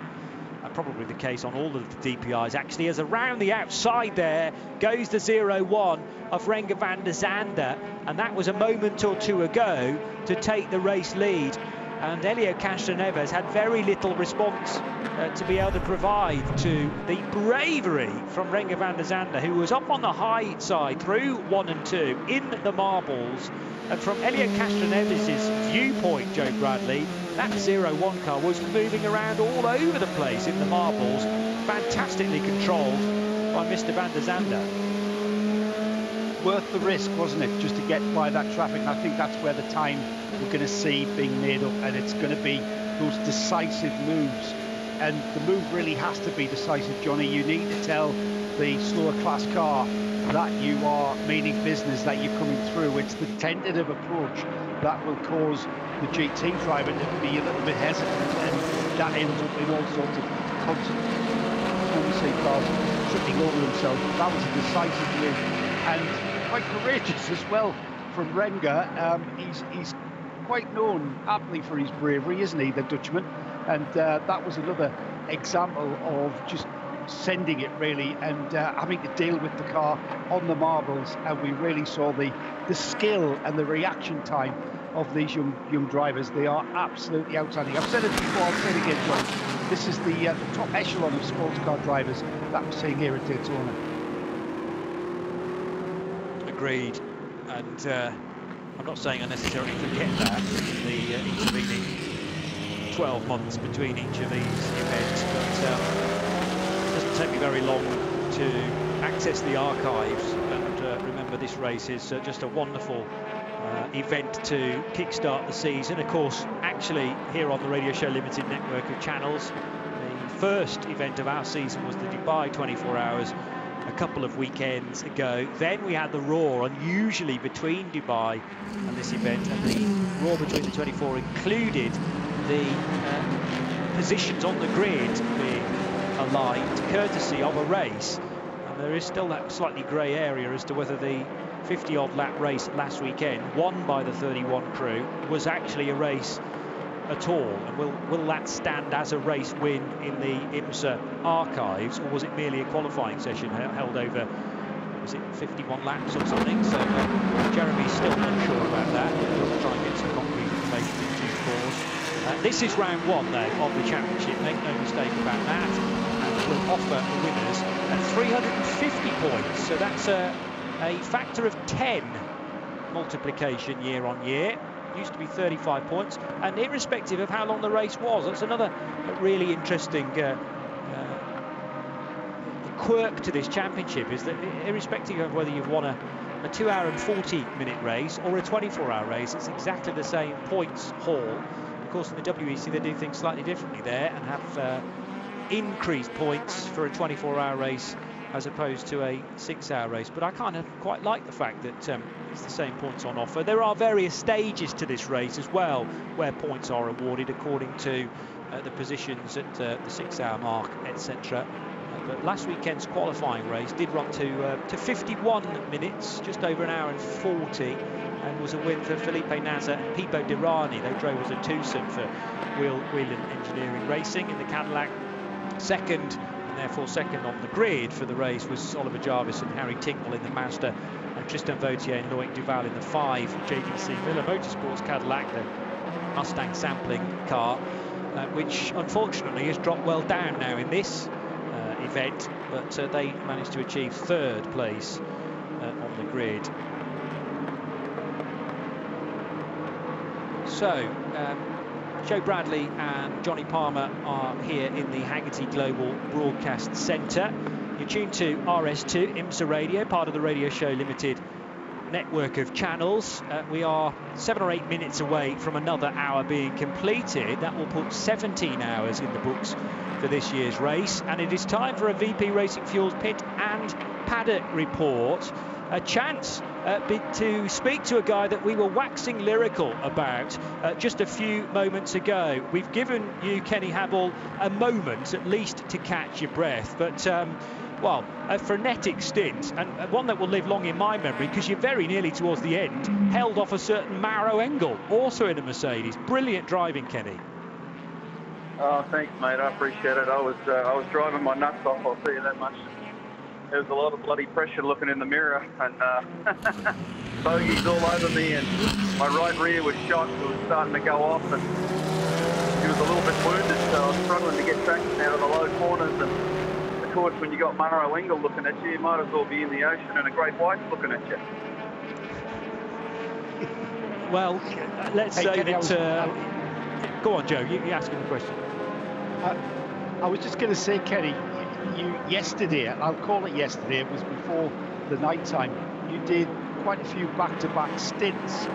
Give us an idea of how physical it is. I mean, all right, your job is done now, isn't it? That was I believe that was your last stint. You've qualified with your drive time.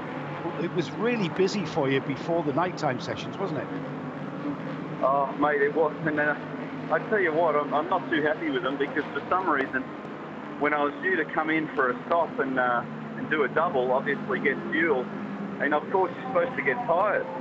And they said, look, we're sorry, we're going to keep you on the old tyres and give you 120 litres of fuel. I said, you got to be joking, mate. I'm as nervous as a butcher's son.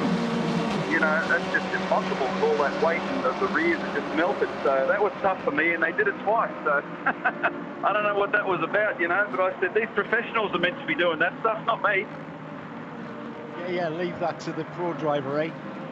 So what exactly do you mean then? So the heavy car on the worn-out tyres?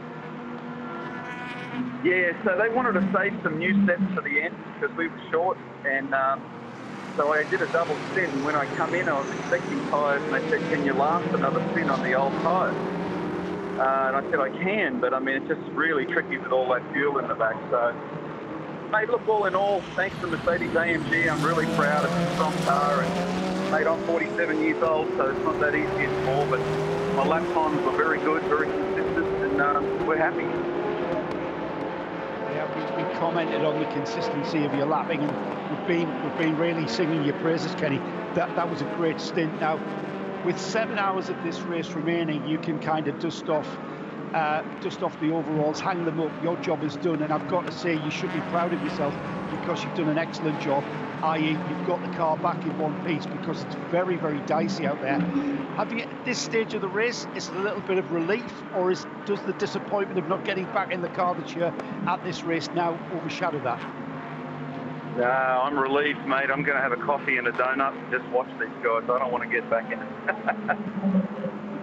Kenny, well done. You've done your job, mate, and it should be a big pat on the back. Yeah, usually at this stage I'll be patting you on the back and getting a handful of sweat. I'll let you go and cool off, and thanks for talking to us, Kenny. Enjoy the rest of the race. Appreciate it. Appreciate everything. Thank you, guys.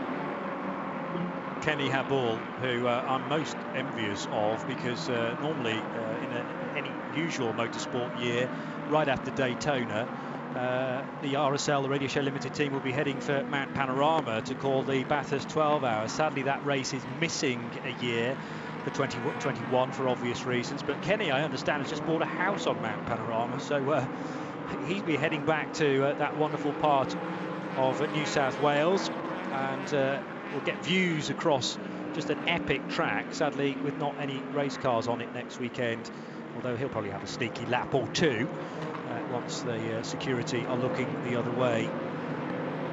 It's just a case of 3.5 gate, isn't it, driving on? Well, for him it sounds like it is. You just head to the end of his driveway and make sure you remember which way the traffic goes. Yeah, hopefully we get back to Oz. Well, that's still the difficulty, isn't it? Whether his home country will let him in at at the moment. He'll certainly need to spend a couple of weeks in a hotel before he can do that. Anyway, let's move on, because we've got a really close fight in GT Daytona between Mercedes and Ferrari. That looks like for the lead of the class. It very definitely is. Daniel Serra around the outside, but the 57 car's not having one bit of it. And Mauro Engel stays to the inside line. OK, 2 wheels on the grass for the German. But he could see that lead being snatched away from him, and Mauro Engel was not going to give up the fight.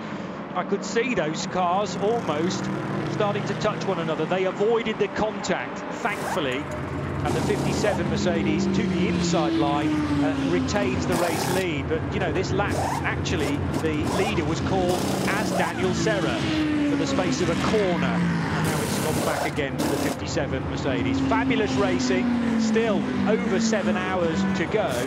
And the 0-1 is back on pit road because we've had sufficient time under green since the last stint, 31 minutes. Well, remember that pretty much everybody pitted in the last caution, which was just under 20 minutes in duration. And we must have had, therefore, roughly 20-odd laps under green, which means that the DPIs need to have another splash of fuel. It was 21 laps for Renger van der Zande, 25 for Elio Castroneves. Well, he was helped out by the caution. Jimmy Johnson has done 21 laps as well, and all 3 just pitted. But that brilliant run that Daniel Serra had on Mauro Engel out of Speedway turn 4, a little bit of side draft as well, taking to the outside line and then wanting to put the Ferrari in front of the Mercedes. But Mauro Engel's been in that position many times before. He wasn't going to permit the Brazilian in the very Italian car from doing that. But the very lap later, Serra's going to have another slice of the action here. We're in exactly the same mould. You can be forgiven for thinking this might be an action replay. It is not, and it is the next lap around as Daniel Serra tries exactly the same move. This was not quite as close, and they're about to be overtaken by Ligier in the LMP2 category as well. Well, make sure, if you're not already, that you've clicked onto IMSARadio.com and to the live video tab to make sure you can stay on top of this. We owe you, I'm almost sad to say, a Mazda Racing update with the latest order. But hopefully in the background, if you've got the video stream at your disposal, you can enjoy this scrap at the head of GT Daytona. It's RS2 IMSA Radio for 2021, and time for a Mazda in-race update.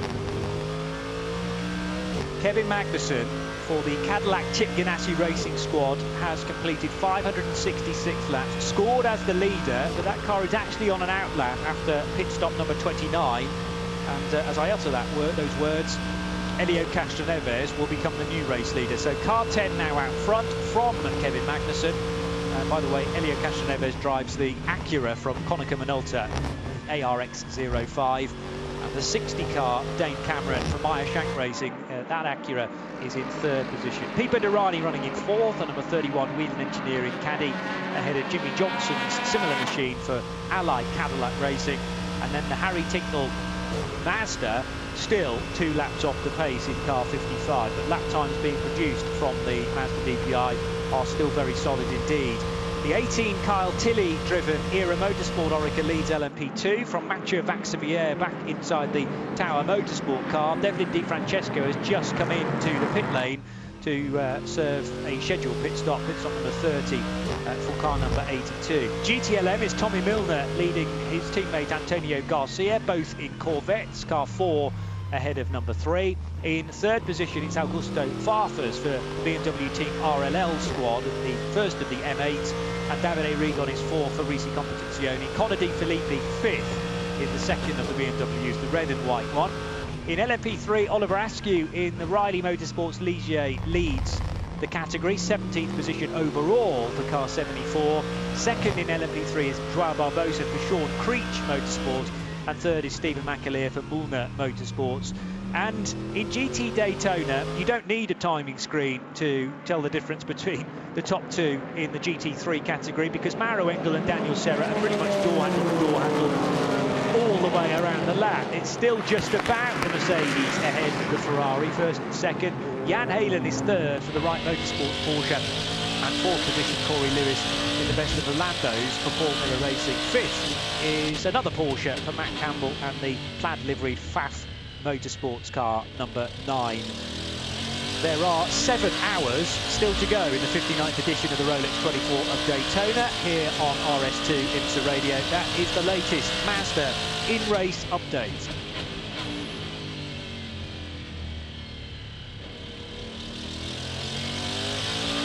Fabulous entertainment being delivered by Mauro Engel and Daniel Serra, and they've got to be careful, along with strapping very closely indeed, not to be delaying themselves too much so that Jan Heylen can then be a part of this battle. He's about 7 seconds away, so incredibly, despite the closeness of the battle at GP Daytona, they're not losing a great deal of time, able to punch out 1 minute 46.7 for Engel and 146.8 for Serra. And what positions again last time around they have, I know, that's what's momentarily confusing me now. What I don't know is whether the Ferrari properly established itself as the lead, or there was some contact that time through, and that was a slight touch from Mauro Engel to ensure the Ferrari did not take the position, and that's really put Daniel Serra on the back foot. But that's the type of contact, Joe Bradley, joining me in the Hagerty Global Broadcast Centre, that will be reviewed, I'm sure, by race control. Yeah, definitely. It looks like they ran out of real estate, didn't it? It's the, you know what? I'm going to say this. I'm going to throw this out. It's probably the hardest piece of racetrack in the world, turn 1 here at Daytona. You're coming off the banking, you're turning and braking at the same time for maximum speed. It's the run all the way from the bus stop chicane on the back straight, all the way around NASCAR's Speedway turns 3, turn 4, and down towards the tri-oval, and then as you're coming off the tri-oval, you are trying to control the car and modulate the brake and scrub off the speed so you can actually turn in. Let's add into that mix that you've got a car alongside doing exactly the same, and that was just a prime example where both cars are just absolutely trying to make that corner and just basically ran out of racing room for one another. They've had a mild contact. Hopefully, Johnny, that contact won't have too much of a detrimental effect, and we continue to see this. My concern, if I was on the wall for any of these, either the Mercedes or the Ferrari, would be just how much those drivers are taking out of those tyres by maintaining this pace and actually racing one another.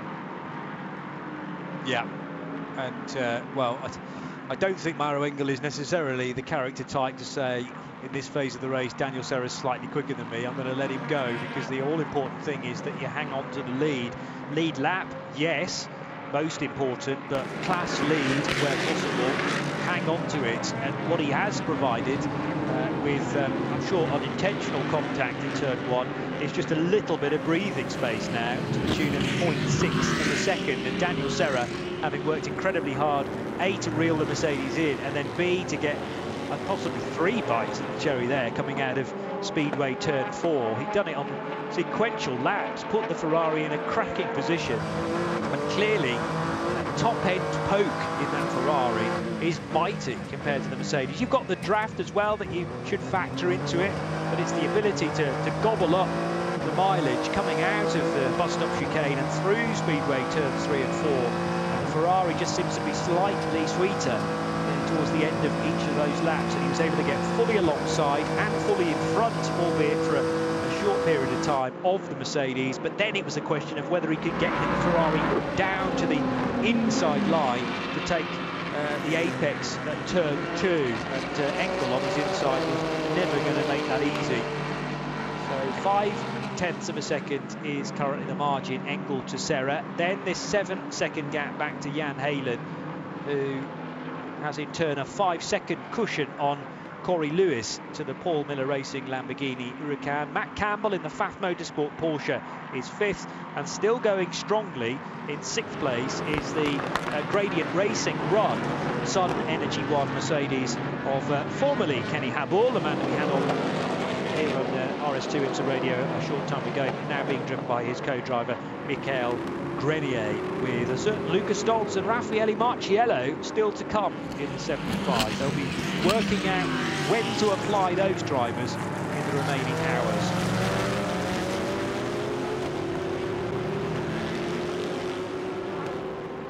pretty close between Kevin Magnussen and Dane Cameron as all mechanics prepare themselves down in pit road. So the 10 car not very far away from a pit stop. Very impressive indeed. Some press-ups going on as a part of the warm-up down at Wayne Taylor Racing and the Konica Minolta outfit.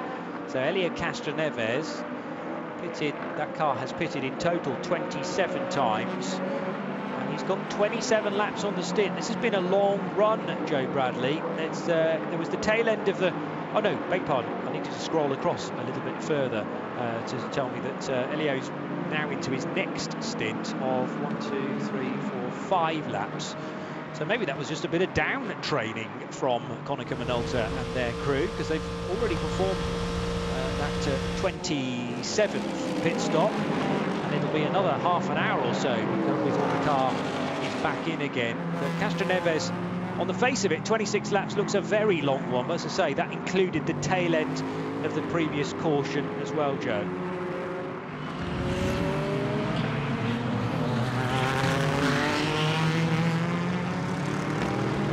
We're up to just over 40 minutes of this current green flag run. I think I'm back, Johnny. Aha! Here is Joe Bradley. Yes, indeed. Yeah, I was just saying, Johnny, that we talk a lot to the drivers and we talk a lot about the drivers and the physicality and the exertion that the drivers go through. But endurance racing is also very, very physical and exertive on crew members. I mean, try being a crew member. The idea of being crewing a race car is you want long periods while the car is out on track and going round and round doing what it's supposed to do, and then you get bursts of intensity. The car comes in the pit, then you've got to get the job right, you've got to get the wheels put on, you've got to get the tyre onto the pegs, you've got to get the hood back on, or reacting to adversity like we've seen all night, and the car coming in with a problem and having to be repaired. It's a pure team sport, endurance racing, and isn't that why we love it? Isn't that why we fall in love with endurance sports car racing? It's a massive feat. When you get towards the checkered flag, it's an achievement just to get your car to the finish. And I coined the phrase, didn't I? A soap opera behind every garage door. Well, I suppose in IMSA racing, it's a soap opera behind every concrete piece of pit wall. Yeah, and you can understand the annual outpouring of emotion from the whole team if you are lucky enough to be part of a squad that takes victory, no matter what class you're in. But there's also, to an extent, an outpouring of emotion if you can just get to the finish, and you might be in the middle 30s in terms of overall position, but you know, if the target at the end of the day was to get to the finish and you managed to achieve that, that is something that is just should not be underestimated to any extent. And you know, you can have a game plan at the start of the race, but whether it will actually play out to the letter, I would argue probably not, because there's always going to be hurdles, there's always going to be something to overcome through the course of the race, and that's when you rely on the team. You know, the drivers are a pretty significant part of it, but they can only steer the car in the right direction, accelerate and brake in the right points and do the overtaking, but the thinking of where the car needs to be on the racetrack at any one point, into the clear air where possible, that all has to be done by the team. And then of course you've got to think about the preparation necessary ahead of such a long race as this, not least the 4 free practice sessions, but also logistically getting everybody to the track, particularly in the current climate, with all the necessary tools and infrastructure around you. And there's no surprise that when the checkered flag finally is waved, all of a sudden that emotion and that fatigue catches up with one. And we've seen it year on year so many times. There are hundreds, if not thousands, of stories all unfolding at the same time up and down that pit road.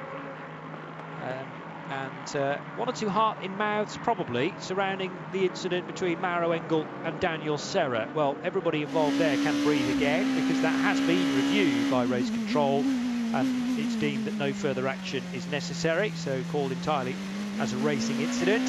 It delayed Daniel Serra, but it didn't put him out of the fight for the lead of the race, and he's again glued to the tailpipes of Maro Engel. So give them a few more laps, and I reckon Serra will try exactly the same thing. He'll put out of his mind what happened previously, and it is a fresh start for the Ferrari to try and mount a challenge on the class-leading Mercedes of Maro Engel. Jan Heylen, it was 7 seconds the last time I checked. It's grown to now 9 seconds. So Jan unable to live with the speed of both Engel and Serra in the lead of GT Daytona. Corey Lewis stabilising the gap really to Jan, remaining at 5 seconds there or thereabouts. And Matty Campbell completes the top 5 in GT Daytona.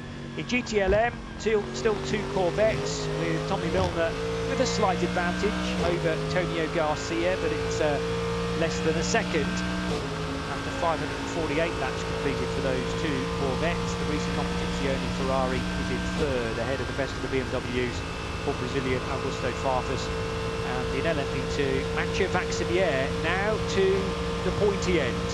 So he's got ahead of Kyle Tilley, and Tower Motorsport now lead LMP2. Here we go, Daniel Serra. I told you that he might do this to the outside of Maro Engel. Something like a 4th bout of deja vu for me, and he still can't get the move done. But that won't prevent him from trying. And again at the start-finish line, Serra was scored as the race leader. The positions switch back again in favour of the German by 23 thousandths of a second. But this is going to stay nip and tuck, at least to the end of this particular stint, Joe Bradley. I really do that. Yeah, absolutely. It really is. They are so close on performance. Serra gets the Ferrari ahead across the line, across the tri-oval. But then the Mercedes has the optimum line into turn 1, and that's what we see. He can brake more steadier, if you like, and the car's more stable on the inside line using all the rubber line. And here we go again. They're out onto the banking once again, and Serra will want a time getting up behind and under the rear wing of that Mercedes to use that slipstream effectively. And what we're seeing now is the Mercedes driver having to drive defensively. They're side by side into the bus stop. Not really.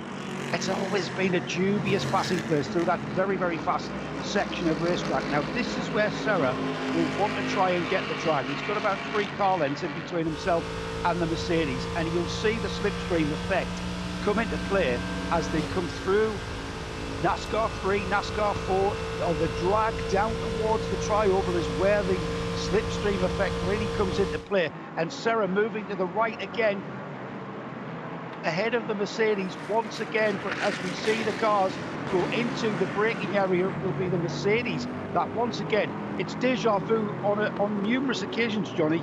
It's the same act every time we see these cars going through and into turn 1. It's the same placement, it's the same everything. Now what Daniel Serra needs to do, he needs to rethink his tactic and how he's going to get by. Daniel Serra, who has sealed a full season in the World Endurance Championship for AF Corsa, replacing Davide Rigon. So looking forward to seeing how Serra gets on with a full campaign laid out in front of him. He's done the odd round, was called in to the Bahrain 8 hours last November to replace Davide Rigon, who was busy racing GT3 cars in France. Now Daniel Serra gets a big opportunity with AF Corsa. Well, he's doing his fans no injustice at all here, and backing up really AF Corsa's decision to seal him into the WEC, because to be able to take the fight as he is doing to Maro Engel is mightily impressive.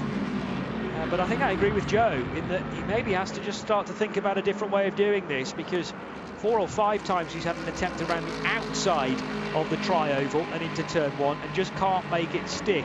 I would argue he only needs maybe a couple more inches of an advantage, and then he should be able to slice across the nose of the Maro Engel Mercedes. My only worry would be then what Maro had up his sleeve in terms of a fight back. We've already seen some contact, and it's quite obvious that the Munich Meister is not going to give this GT Daytona lead up without some form of a fight. And Ferrari has massive advantage coming through the tri-oval, but then Engel is perfectly within his rights to use all of the racetrack with the inside line to form that defence, and that's exactly what he does again at the start of lap 535, Joe. How many times have you said to yourself, I only need a couple of more inches? And that's exactly what Daniel Serra's thinking. And I think what we need now is for Serra to maybe get down the left-hand side of Engel. However, Maro Engel, he's been round the block a few times. He knows exactly what is required to overtake himself. So that's why we see when the car comes out of the bus stop chicane, he's just hooking the yellow line down low on the banking, and he sits on that yellow line and he blocks that entry into turn one. Yeah, time and time again it is happening, so maybe that thought process is echoing in the mind of Daniel Serra now. How can I start to try and fashion a different line into turn one, or maybe just do it somewhere entirely different? But I can't see the advantage anywhere else on the racetrack for that Ferrari, equal or as good as it is. I don't think he has. That's his only chance to get by, isn't it? And Engel is never going to give up the inside line. No, and he's going to sit there and he's going to do that lap after lap after lap, and that's what we're going to see. Now, we could be in a situation here where Daniel Serra is just going through the act. He's just playing the game. Both cars on the pit lane at exactly the same time, Johnny. So now we need to work out how long these drivers have been at the wheel, and whether we're in for another dose of this for another hour-long stint, or whatever these cars can do on fuel. It normally is an hour around this place in a GT Daytona car. So let's have a look. 57 in. Oh, they're virtually side by side to the pit bay as well. They would be just a pit stall apart, wouldn't they? So I'm sure there's been plenty of banter between the teams as well, shouting at a suitably social distance. Some sledging going on between Winward Racing and AF Corsa. And 30 lap stints each. Now, who was in the cars prior to Engel and Serra? I'm struggling here to track back again. It was Engel in the 57, and it was Simon Mann in the 21 car. So Serra's fresh and good to go for another stint, and I'm sure Engel is being kept in the car here as well. Fuel's going in, and the Mercedes is released marginally before the Ferrari, but to be honest, that can probably be made up by Daniel Serra. It's the battle of the fueling there, wasn't it? Both cars off pit road at exactly the same time, Johnny. Yeah. I think we've got Boscun on the line. Excellent, yeah. Boscun out of the 23, the Harnham Racing Aston Martin Ross. Hopefully you're there, you can hear me. Hi. Hi, how you doing? We're good, mate. Hello. Your car at the moment, currently 8th in GTD. Tell me, what's the story of the race so far? To be honest, it's been a fairly smooth race for us. We've not quite had the pace of the front guys, but we're chipping away.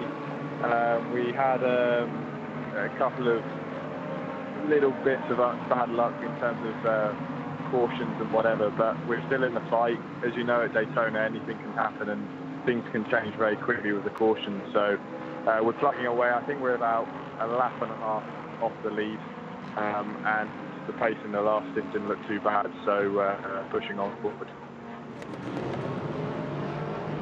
Now, we've just been watching that battle at the front of your class with the Merc and the Ferrari there, Ross. Give me a driver's perspective on that. It looks, for all intents and purposes, as though Serra is trying all he can to get by. I'm sure that's the case, but surely he's not going to risk everything in a silly move on the Merc. Yeah, I've literally just got back in that situation. Yeah, well, as I said, I've literally just got back to my motor and got the race on in front of me, and I'm watching the battle, and it looks like Serra has got a little bit more straight line speed, and he's doing everything he can to use the side draft, but Engel's defending very, very well. It's a difficult one, really. I think being with 6.5 hours still to go in the race, I think from Sarah's point of view, he just needs to stay where he is and not make any risks. And if he can save things like fuel and also brakes and potentially get it in the stop, because Engel is driving a very, very good defensive line. That's a good point you make about managing brakes. We talk about tyre management. How much tyre management is going on? Because, you know, it's a very high-speed train, that, isn't it? Just how much are you concerned or conscious of how you're using the tyres during the stint? For sure, you've got to be pretty careful on the outlap. Obviously, there's no tyre warmers in IMSA, so it's very important not to destroy the surface of the tyre before you've even started the stint. And then, yeah, for sure, you've got to be careful in the infield with the rear tyres. Look after the rears and not spin the rears in the infield. And yeah, it's a massively high leg circuit, but the first few laps on cold tyres are very, very tricky for sure, and it can catch a lot of people out. The team this year, Ross. Sorry, go on, Johnny. Yeah, just a very quick question. I'm going to be very brave here, Ross, and approach this topic, but I know you, so I feel like I can just have a little chat about events that happened here 12 months ago for you. A certain altercation with the pit wall. Is it a case of wanting to come back to this event to really have closure on what happened in 2020 and fully move on from it? Yeah, to be honest, it was playing on my mind a little bit before coming to this race. Obviously, for those that don't know, I had a bit of a mishap last year on the pit exit, a momentary lapse of concentration, and that was all that she wrote really, and that was the end of the race for us last year, which was bitterly disappointing. But yeah, this year it obviously has been on my mind on pit exit, but it so far it's stood me pretty well. Obviously, having another Aston Martin customer team here as well, they've experienced new tyres this weekend, and they've all said to me that they will never take the mick out of me ever again, because it is very, very tough on the pit exit and also on the first line lap in the cold night time. So far so good, and I haven't had any problems, and we're looking forward to pushing forward for the rest of the race. Good stuff. Thank you for your candour and your honesty in that reply. It's obviously been slightly on your mind. There's plenty of movement at Aston Martin at this stage. Sadly, no more factory cars in the World Endurance Championship. Where does that put you in your role with the team? So I'm very fortunate that I've been kept on as a factory driver for this season. There's been a shift of direction in concentration of the business, so we're going to be supporting customers all over the world more, concentrating on customers more, and it's just a bit of a refocus. GT3 racing is looking very, very strong, as is GT4 racing, so I think it's a good time to support our loyal customers that we've had for the last so many years, and yeah, keep giving them full support, whether that is with engineers, drivers, or technical support back at Banbury. So we're very lucky to still be in great jobs and doing fantastic races like Daytona is. One race I think is still absent from your CV, just scanning through it now, is a trip to the Nürburgring on the Nordschleife. You must fancy that one day. Yeah, so I've done a few VLNs. I did VLA at the end of 2018. I did 2, and but I've never done the 24, and that's definitely something that I want to do very soon.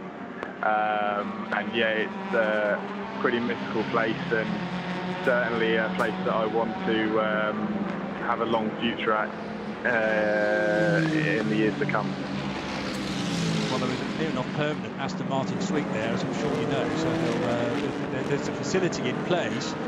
We just need some very smart Aston Martin cars to return to that big old 24-hour race. We've missed them in recent years, but maybe with obviously Formula One is the priority within Aston, but it would be great to have some GT3 cars thundering around the ring once again, and maybe you can be part of it.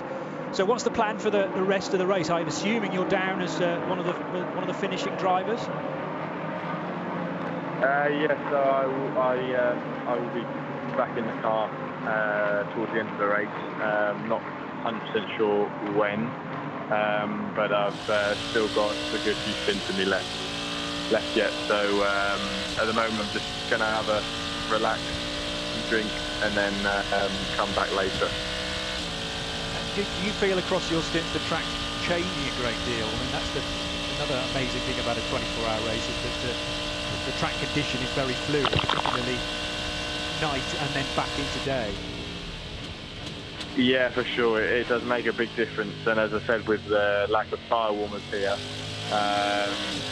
you know, the nights are very, very difficult, and it does change the balance. And that's, you know, one of the things that I've been trying to work out during this race, actually, is trying to work different ends of the car that need it more than, you know, than in previous stints because of the temperature drop. So the balance is changing quite a lot, and we're working on that as we speak. But yeah, things are pretty good so far, and there is a big change for sure in the track grip throughout the race. Obviously, it's rubbering in, but at the same time, the cars are also wearing out as well, which is why sometimes you might not always see fastest laps coming towards the end of the race. And I think the actual fastest lap in GTD was set at the start when everything is fresh, but the track for sure is definitely putting up nicely at the moment. Really good intel there, Ross. Thank you so much for taking the opportunity, or taking the time out of your downtime to speak to us. We very much appreciate it, and with many fans of Aston Martin, of course, tuned into RS2 IMSA Radio as well. Great stuff. Thanks, Ross.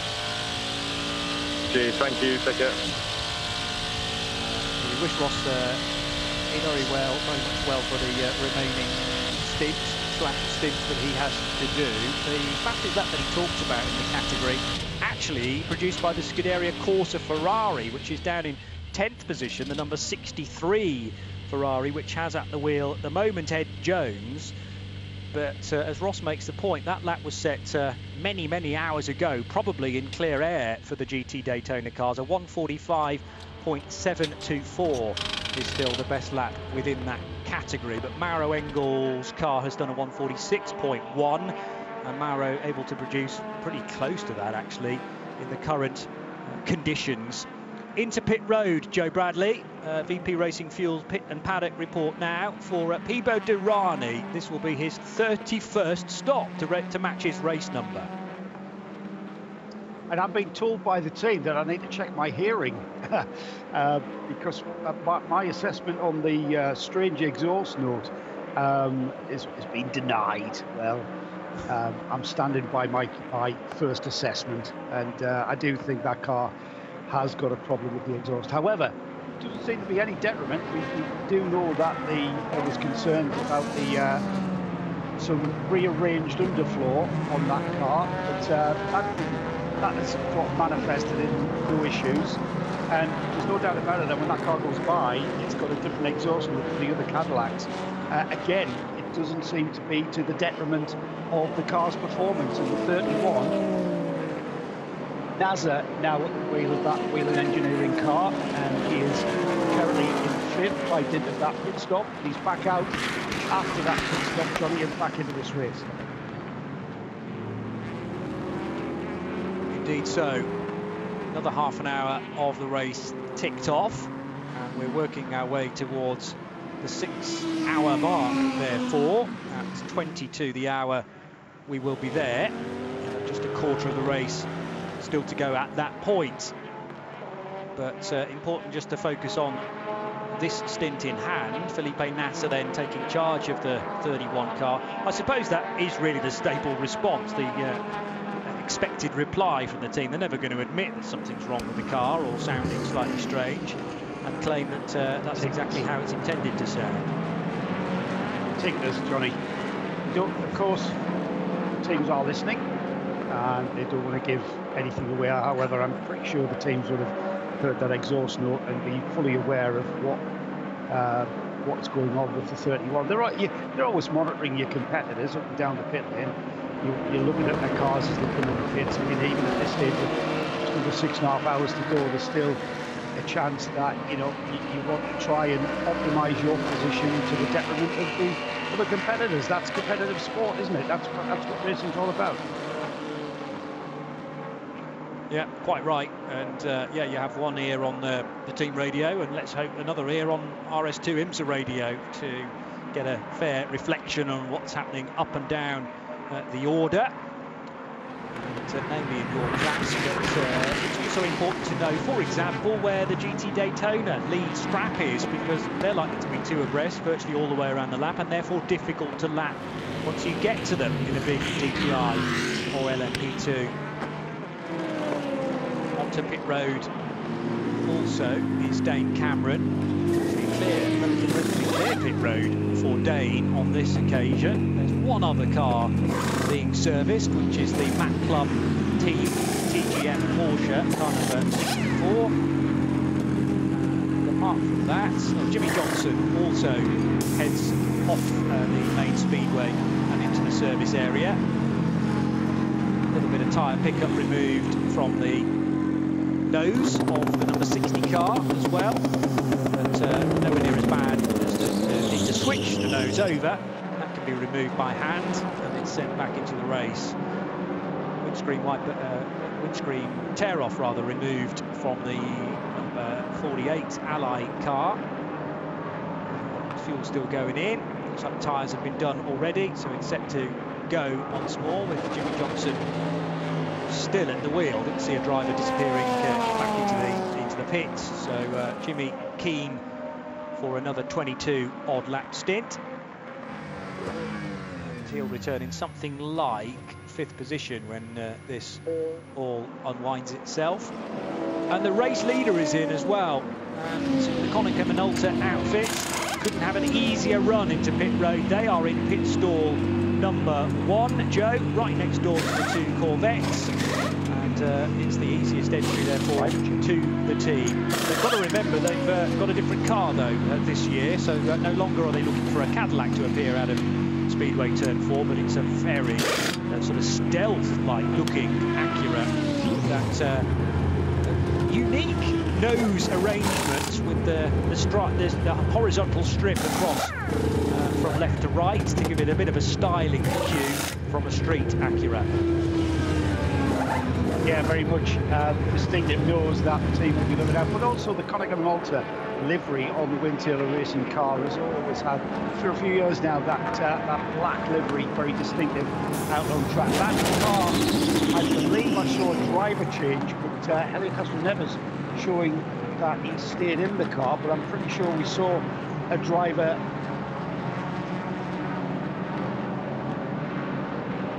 Yeah, I don't think the car's actually But that car's back out. pit Also lane out yet. is the 01. Sorry, Johnny, go on. It's Alexander Rossi. There you go, Joe. So you were right. You did see a driver change, and I was incorrect. Yeah, I was incorrect with Jimmy Johnson staying at the wheel of the 48. So apologies. It's actually Simon Pagenaud taking charge of that. So quick was Simon to get on board. I missed it. And NASCAR legend Jimmy Johnson coming to the end of another stint. But the 48 is in contention. Same can be said for the 4 cars ahead of it on the road as well. The 01 for Chip Ganassi, the 10 for Konica Minolta and Wayne Taylor Racing, Felipe Nassa's Wheeling Engineering Cadillac, and the Meyer Shank Acura for Olivier Pla. And just about all of those pit stops were carried out seamlessly. Still mightily frustrating for all those involved with Mazda Motorsports though, Joe. They just cannot get any closer than this 2-lap deficit that they've been carrying for probably 4 or 5 hours now. It's the game that we're playing now, right till the flag is what we're going to see. Let's break away from this because we've got another driver to chat to, giving us another bit of insight. This time we've got Stephen McAleer on the line out of the number 6, the car that's currently running 3rd in LMP3. Stephen, hopefully you can hear me.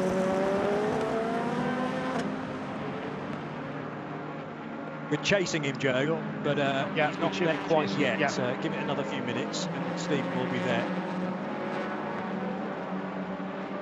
But so Joe's ready with the VP Stephen Racing back Fuels on the in line. and paddock report. Obviously,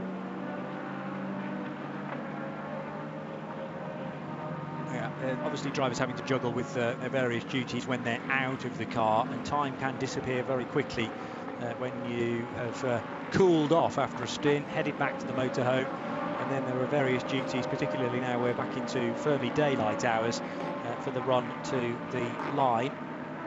So we'll give Stephen another opportunity in the next few minutes to catch up. I'm interested to see what he thinks to an LMP3 car around Daytona in a 24-hour race, just about the longest race that an LMP3 car will have competed in, although there was we think the Thunder Hill event almost certainly had LMP3 cars in, and then there was a question mark as to whether LMP3s had run for this race distance at Silverstone. Now, I remember a 24-hour race that was run for 50% for prototypes, but I'm pretty sure the prototypes in the 24 hours at Silverstone actually got a checkered flag after only 12 hours in that event, so therefore won't have got anywhere close to this race distance, and therefore it's probably only here and Thunderhill where the LMP3s have got their teeth into a 24-hour race, and so far 3 of them are doing brilliantly well.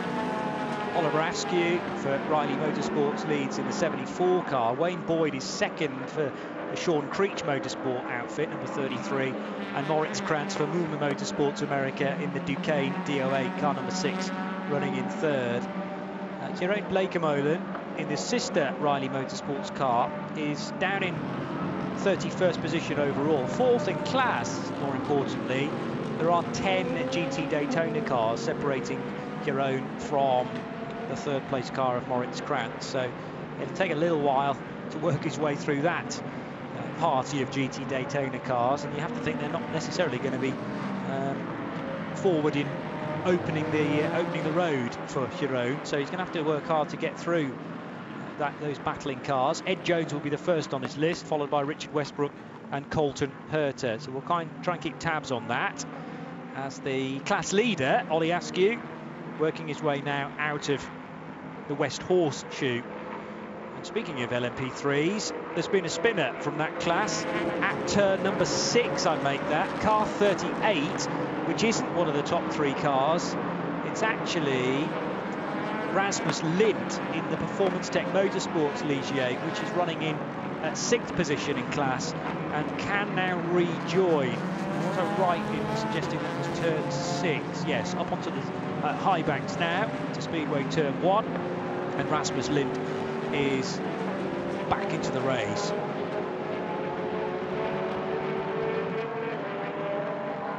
Still chasing Stephen McAleer, so fingers crossed we will get him to air as soon as possible, as Tristan Vautier in the number 5 car returns to the racetrack. The 7th placed DPI Cadillac still a long way away from any of its buddies, if you like, within that division. The race started with 7 DPIs. It's most impressive and testament to the strength and reliability of the cars in that category that we've got 6 still at the sharp end of the timing screen, and just the one difficulty for the number 5, which was actually assessed as its fault.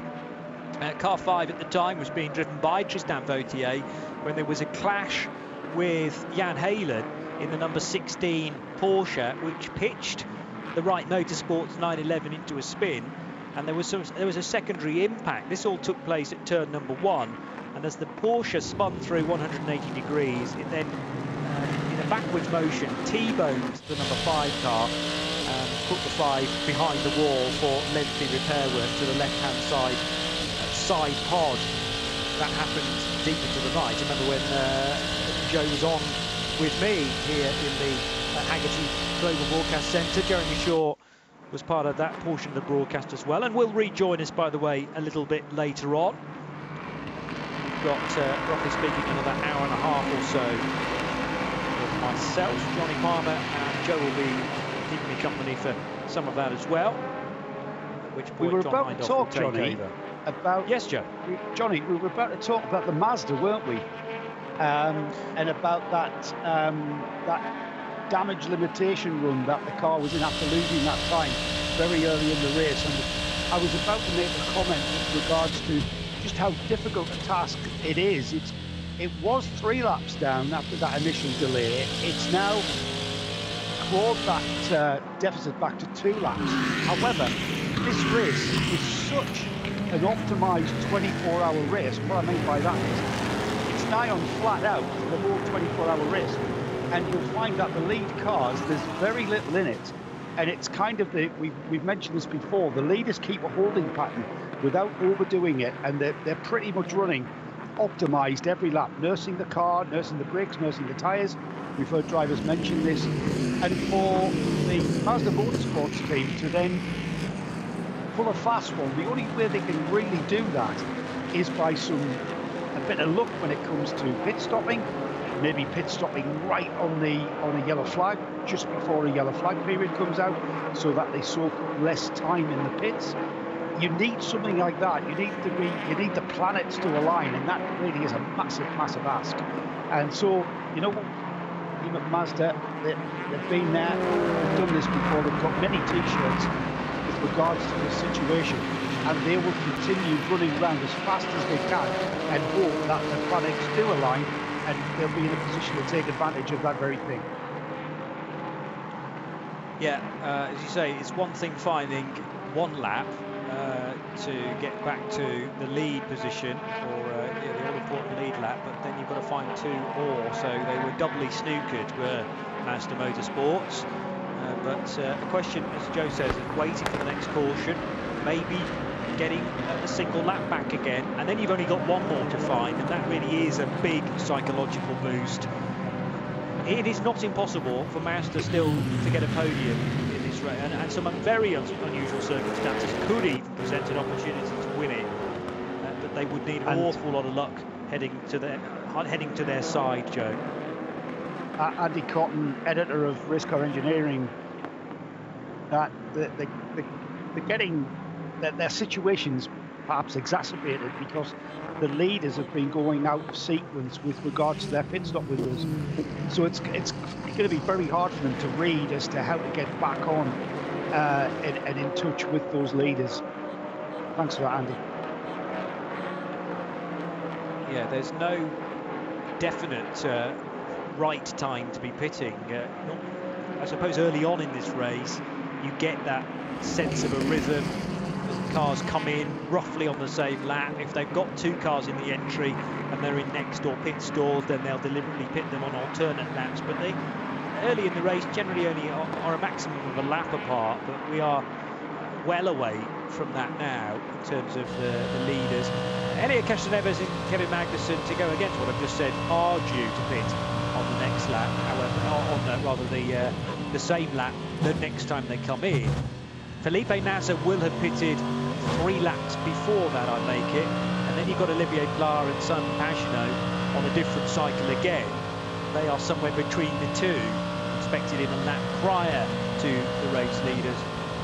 So yes, it's awkward to judge from a Mazda Motorsports point of view, and therefore maybe even more reason to concentrate entirely on their own race, and then just keep your fingers crossed and keep it neat and tidy, and a little bit of luck does head your way. They're certainly due some, and their preparation for this race couldn't have been better, it seems, because Harry Tincknell was interviewed here on RS2 IMSA Radio during the night practice, a session they decided to sit the majority of out, and they did feature in FP4, but only from memory in the start of it, where they did about 5 laps and then parked the car. They were that confident that they'd done everything, all the job list was complete, and they were raring to go for the race, but haven't necessarily had the performance that they expected from the opening stints, and then they hit the trouble, which put them laps behind. While out of the bus stop chicane goes Felipe Nasr in the Whelen Engineering Cadillac, running in 3rd. And he's got Kevin Magnussen in sight for the 2nd placed position. It's much further down the road. Alexander Rossi going very strongly in the Konica Minolta Acura. 5 laps away from the 600 lap marker. That will put us back ahead of the 800 lap marker. Now, it seemed pretty obvious from about quarter distance that we weren't going to be in the ballpark to go further than we managed 12 months ago. 833 laps, the record distance, remember. But we've been sort of flirting with just slightly fewer than and now slightly more than 800 laps as the predicted range to reach by 3:40 this afternoon. By the way, local time just gone 25 minutes past 9 in the morning at Daytona.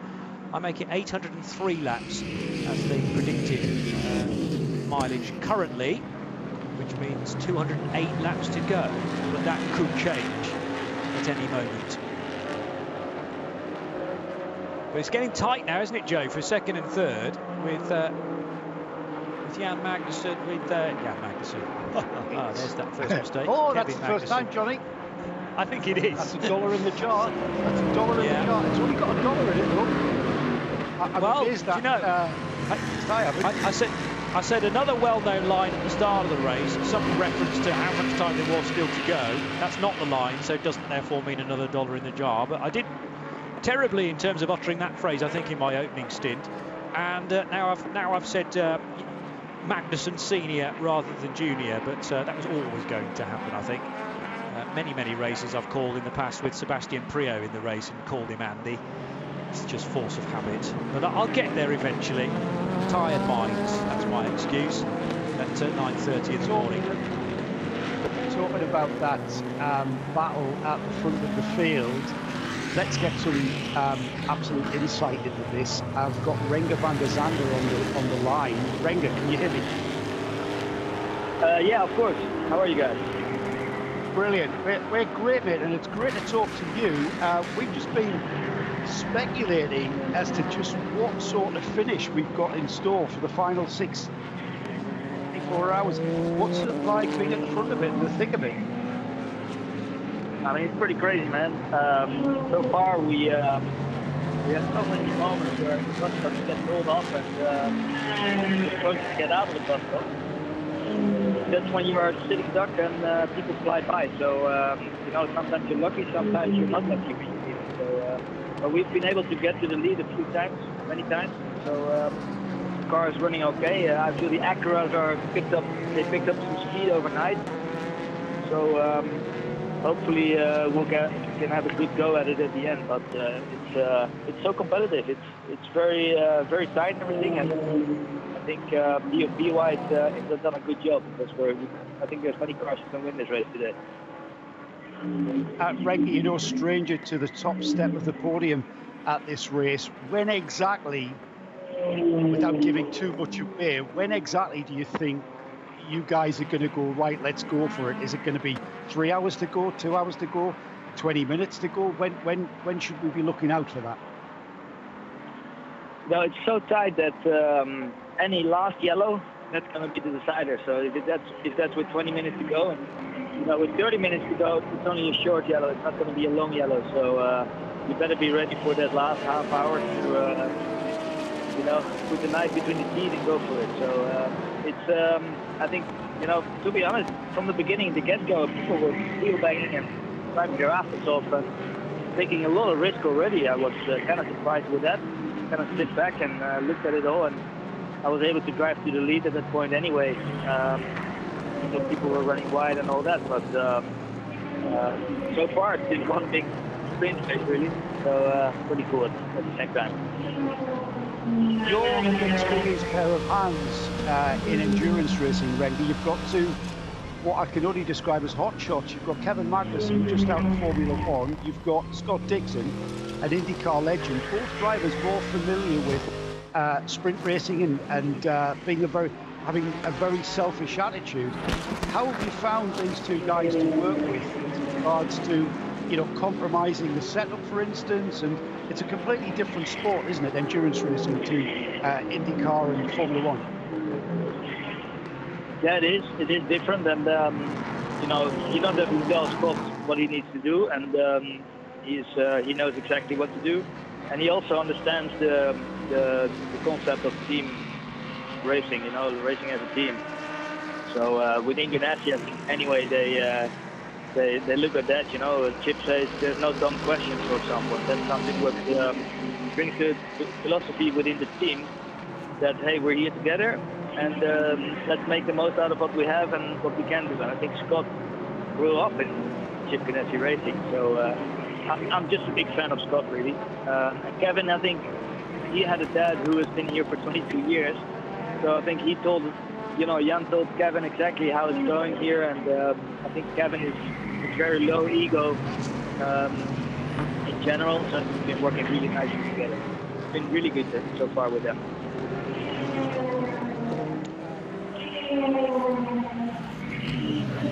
Renger, it's Johnny. Very easy. Sorry. Very easy, and it's down to you, the Dutch and the Danish having very similar personality traits.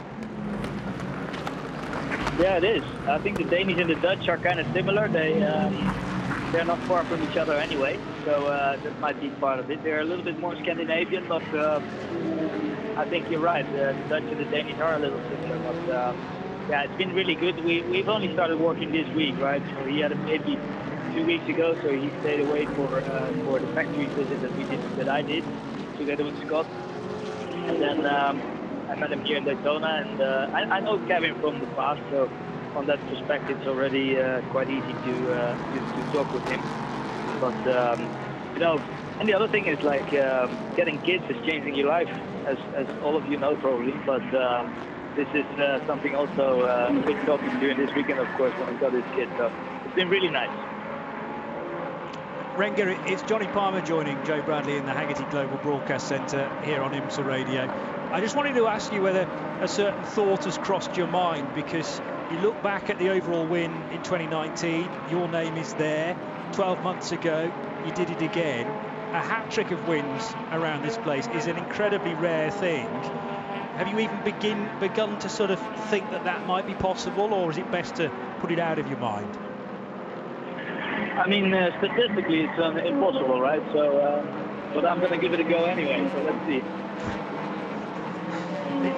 Does it add any extra pressure, knowing that there's another Rolex on the line, or is it just the same as it was when you first did this race? No, it just feels like I don't know what's going to happen in the last 6 hours, but it just feels like there's many more cars who can win this race right now. Last year we were dominating. This year we've been really good, we've not been dominating. So I think there's many cars who can win this race right now. So it's so tight, so tight. So I think that's something what's going to make a difference, you know. So in this year's edition, that the one who's yet to be almost kind of lucky to win this one, you know, with the traffic and all that. But you know, every time Scott showed up last year, we won. So he's our lucky charm.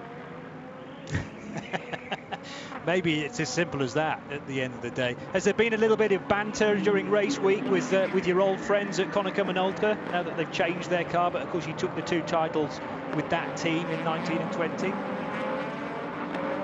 Yeah, I'll just race them a little harder than the rest of the field, that's all. Okay, maybe keep the conversation to a minimum. Thank you, Renger. We'll let you concentrate on the job in hand, because it's a big one, and you're well in this fight, with K-Mag currently running in second place and only 5 seconds off the tail of Alexander Rossi. Brilliant to hear from you, though. Thank you for taking the time to chat to us here on IMSA Radio, Renger. Same to you guys, and always a pleasure. It's always nice to see you guys. See you later. See you at the end. Excellent. Indeed, see you at the end, and let's hope it's a good result for Chip Ganassi Racing, although we have no favourites here on RS2 IMSA Radio, remaining entirely neutral and calling the race as it unfolds, with the 10 car that I suppose you could say was the team, but not the car that Renger van der Zande ran with 12 months ago. He's now firmly ensconced in the Chip Ganassi Racing outfit, with Scott Dixon and Kevin Magnussen, the aforementioned. Felipe Nasser still running in third, with Olivier Pla and Simon Pagenaud completing the top 5.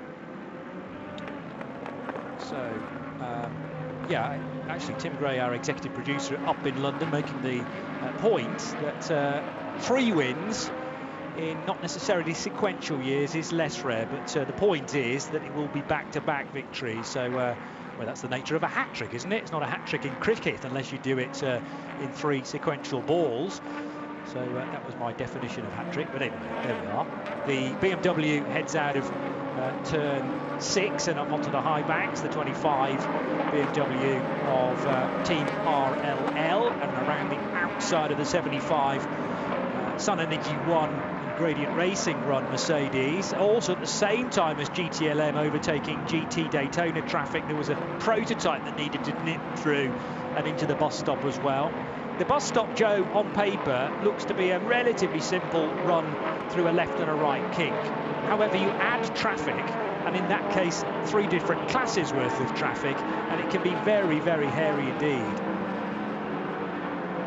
It's all about race car dynamics, Johnny. It's about changing direction. It's about shifting that weight in the chassis and coming off a very high-speed piece of racetrack and then braking in a straight line, turning the car left, immediately then turning it right, and then firing it out the chicane. That's where the skill comes in for just timing that weight transference and making that transition from putting the weight on the right-hand side of the car and then transitioning to the left. That's what race car driving is all about. It's all about the middle ear, it's all about the balance, and would you believe it's all about the feel through your backside. And any race driver will tell you that. It's all about the feel in the car. You have to become as one with the car and feel its every move and feel that weight transference. And that's what makes good drivers great drivers, the ones who can do that better.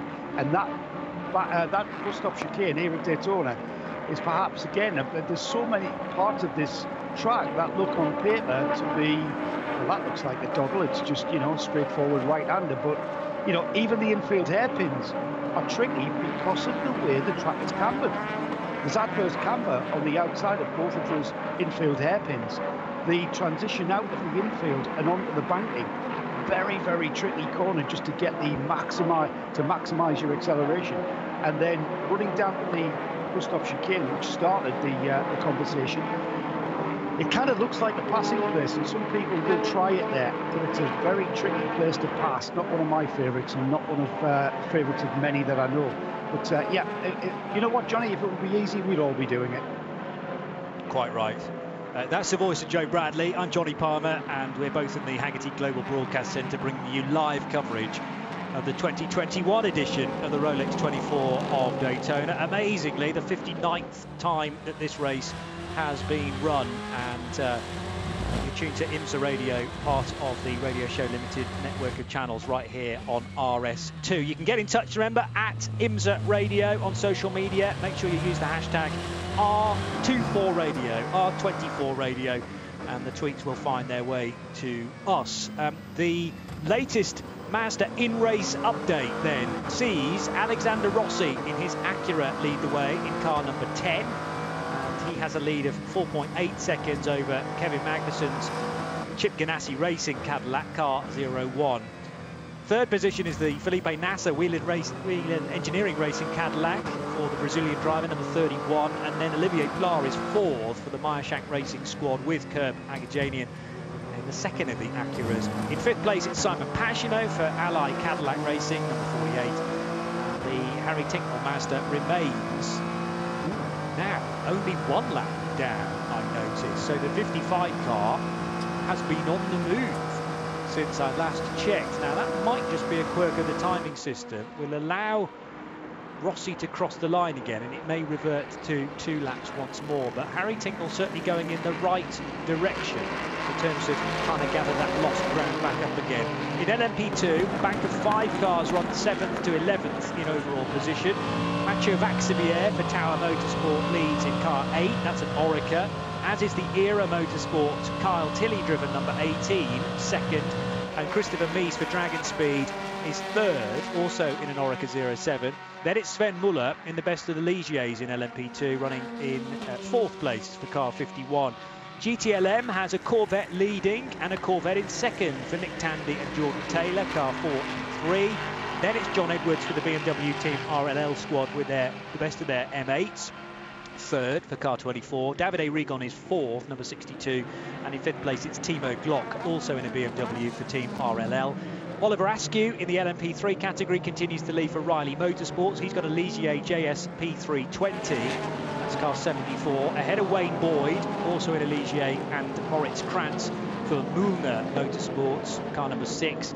And in GT Daytona, Daniel Serra finally getting ahead of Mauro Engel in the AF Corsa Ferrari. The 21 machine tried several times to get in front of the Germans' Mercedes, and to no avail. But now the Ferrari enjoys, well, half a second. So the question is he actually ahead of him on the track? Because a number of times they've been through the tri-oval, Serra's been scored as the leader, and then you look against the infield and it's still the Mercedes in front. It might be that scenario again, quite frankly, but I can only tell you how the timing screen's telling me 21 leads 57. Andrea Caldarelli for the Lamborghini Huracan is in third, car 1, ahead of Trent Hidden for Wright Motorsports and a Porsche number 16 fourth, and Laurence Vantor also for Porsche, and this time for Pfaff Motorsports in 5th.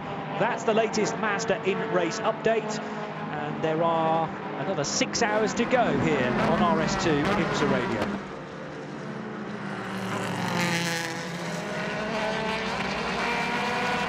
Now we get to the complex points in the race, where the MEC points are awarded. Now, Shea Adam is always on top of this sort of thing, but so what have we had? 18 hours done, yeah, so 3/4 distance, and therefore a milestone for the Endurance Cup points to be awarded. They're not as big as the overall points that will we get to the end of the campaign, but spreadsheets galore with Shea.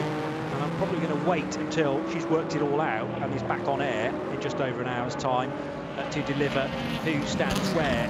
But, points are awarded at various positions or various points in the 24 hours. Brilliant, she's going to send it along once they are published, and I presume that Alcamel, the timing company that look after things here at the Daytona 24 hours, will produce a document as well to let us know who is in the leading position as far as that's concerned. Leading position overall on the racetrack, slightly easier to read, is Alexander Rossi, but now by only 2.9 seconds. So Kevin Magnussen is chiselling away at that gap, and readily. So they'll be very far away from a neck-and-neck battle for the lead of the race. It's also very tight in GTLM for John Edwards and Davide Regon, who are heading into turn number 6. Nothing between those two cars. Maybe a BMW length, and that is about it. Heading up onto the high banks for yet another time. And GTLM has just remained as close as it ever was, really, Joe. In fact, 4 seconds, I think, represents the biggest gap we've had for the last 5 or 6 hours between the two Corvettes. Still absolutely nothing.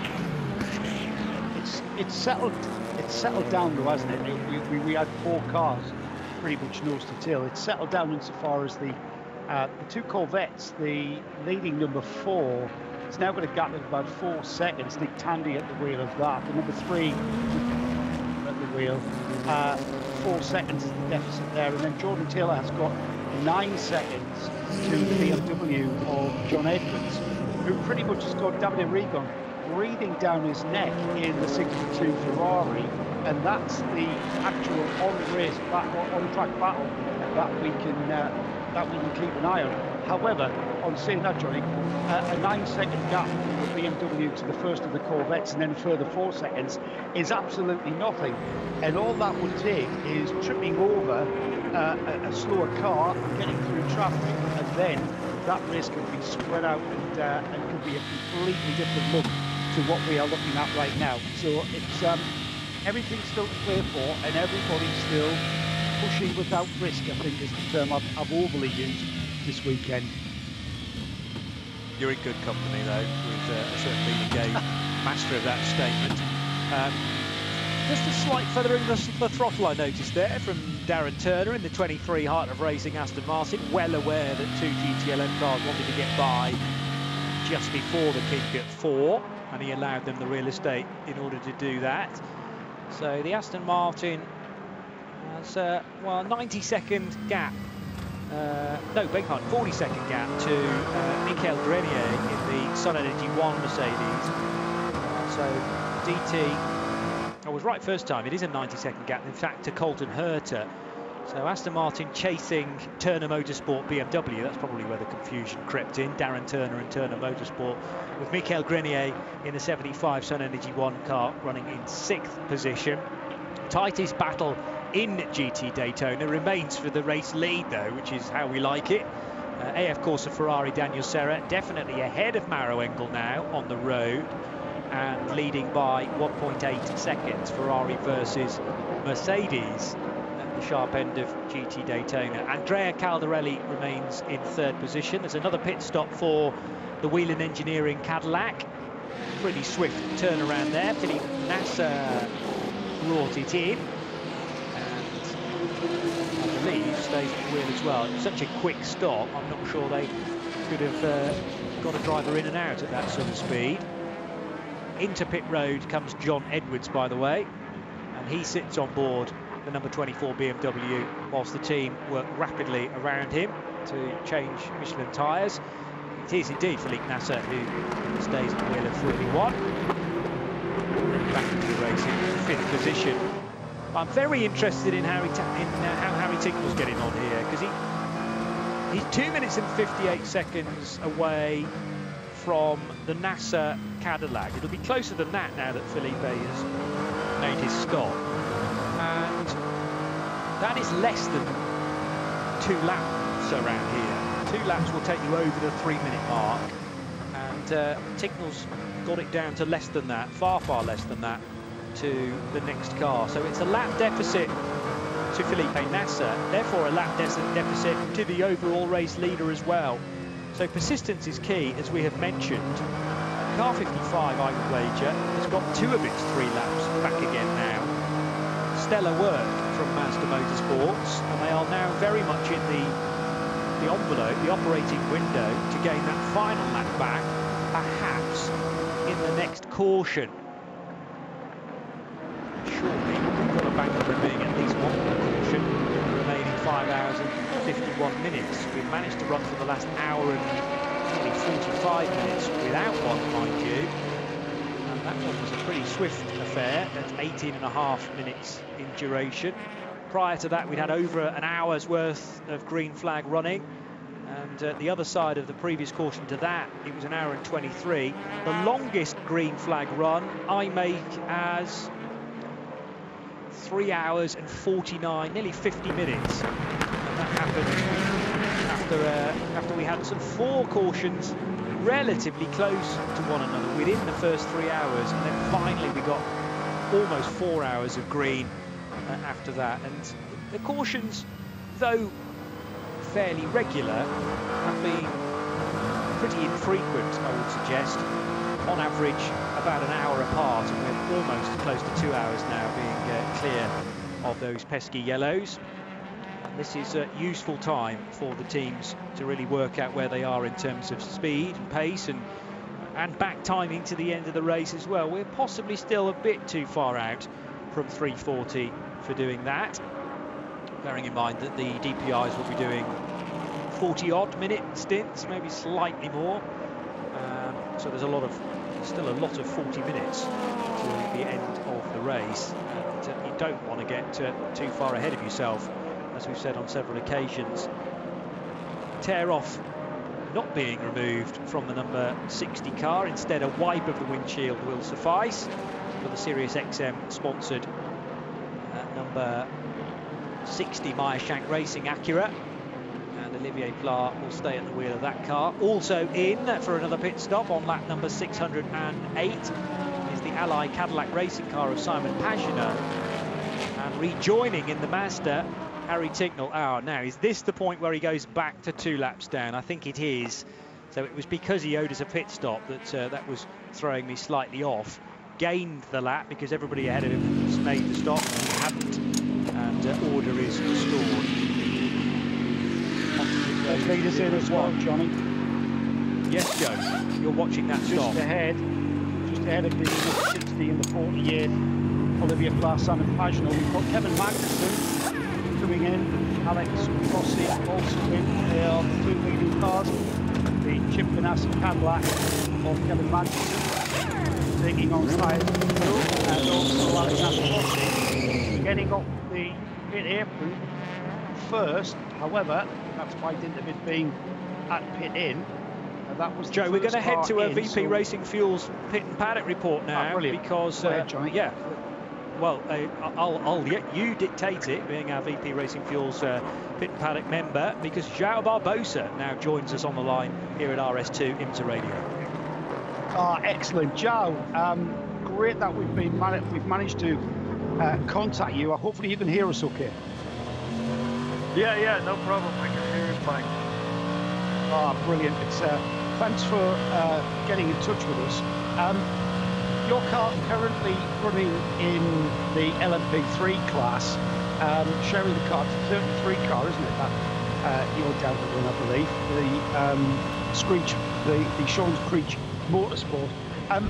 The question I want to ask is, it might be an awkward one, you might not know the answer, but it kind of happened in front of us and we didn't notice, but your car dropped away from the leading LMP3 car, and I'm finding it hard to fathom out why.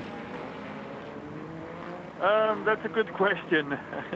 Because when we lost that time, we did a mandatory 8-minute stop, and I was actually slipping. So when I got back to the pit, we were a few laps back. So I'm not really sure how that happened. Maybe minutes just run really quick, and we lost a few laps.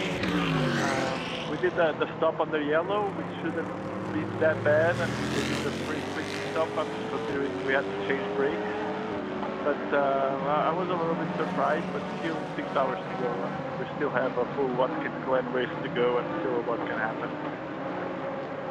Yeah, very much. We get carried away, don't we, when we see 6 hours to go. We think we're nearly there, but we're very much not.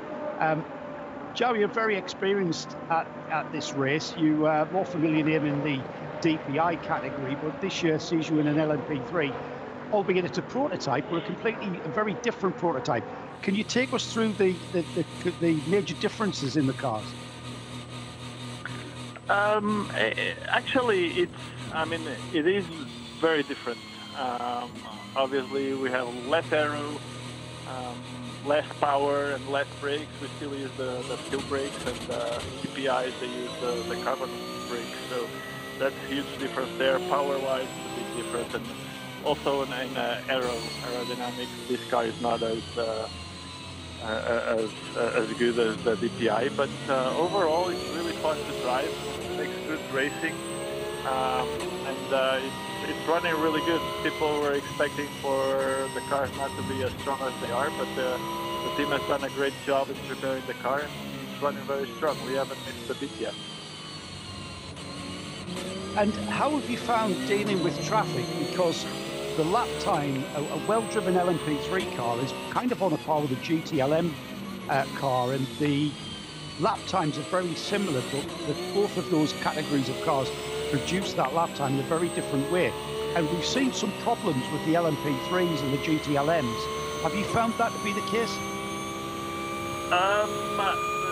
It's a big challenge for sure, because like you said, we do the lap time in different parts of the track, and our cars, everybody's taking really careful, taking as much time as possible, because the cars, nobody really knows if the cars can handle really close contact racing, and the CT cars, they're very strong, very reliable, so and they push us around, so they're really quicker on the straights than we are, and if they feel we're gonna slow them down at all, they just block you, and it just makes racing very interesting on my side, very different from what I'm used to. I'm not used to deal with overtaking cars and being overtaken by faster class, but it's I'm having a blast so far, so it's running very good. The car is fun to drive. This class, different classes, I'm in the middle of everything, so it's very busy all the time, so it's a good experience. Excellent. Now, tell me about the psychology of where you're at. You're a few laps down off the leader. What's the strategy? How do you guys go about the final 5 hours and 43 minutes is on the clock? What approach do you take to the final stages of this race? We're gonna do the same approach as we've taken this far. Just trying to keep the car clean, no contact, and try to stay straight, try to avoid all kinds of problems, and be very conservative for now. 6 hours is still a long way to go, and we don't have the outright speed compared to the 74. We're a little bit down on top speed. We might be carrying a little more aero, so they're a little quicker than us. So we'll see. We'll see. We just need to keep doing our job like we've been doing so far, keeping our nose clean, and we'll see what happens at the end. Thank you, Joe. We wish you all the very best of luck with the rest of this race, but I've got one out-of-the-box question before you go. You're a familiar name that I see iRacing most afternoons. You're a big sim racing fan, so I've got a question that all of the sim racers out there who indeed last weekend were probably competing in the iRacing Daytona 24 hours, just how close is that sim to being here and racing for real? I might be a little bit the old school, right? I mean, the sim is really good to keep, especially to keep your mind sharp and to get you used to run like long stints and keep the concentration up, because it's very tough. The sim is very tough. If you lose a little bit your focus, you're completely out, and that's not easy for sure. It's a big help on that perspective. Driving wise, it's really a good help, and understanding the car, the track. If you haven't been to a new track, it's really good to do that. But feeling wise, I mean, there's nothing that can compare to a real car, right? iRacing, they've done a tremendous job. It's as close as you could get, I think. But when you don't have the real seat, when you don't feel the car on your butt, it's very difficult to reproduce that feeling. So I'm still drive a lot by feel, a lot by what the car tells me, and not just by visual. That's what a lot of the kids nowadays are doing. So I still missing on the iRacing. I still miss that part. It's impossible to reproduce. Joe, that's great insight. I'm sure all of our iRacing fans there appreciate that insight. I want to thank you very much for talking to us. We'll let you go now, and the very best of luck with the rest of this race, and give everyone all our very best at Sean Creech Motorsport, will you? Absolutely. Thanks for having me, and you guys doing a great job. And let's see how this race is going to finish.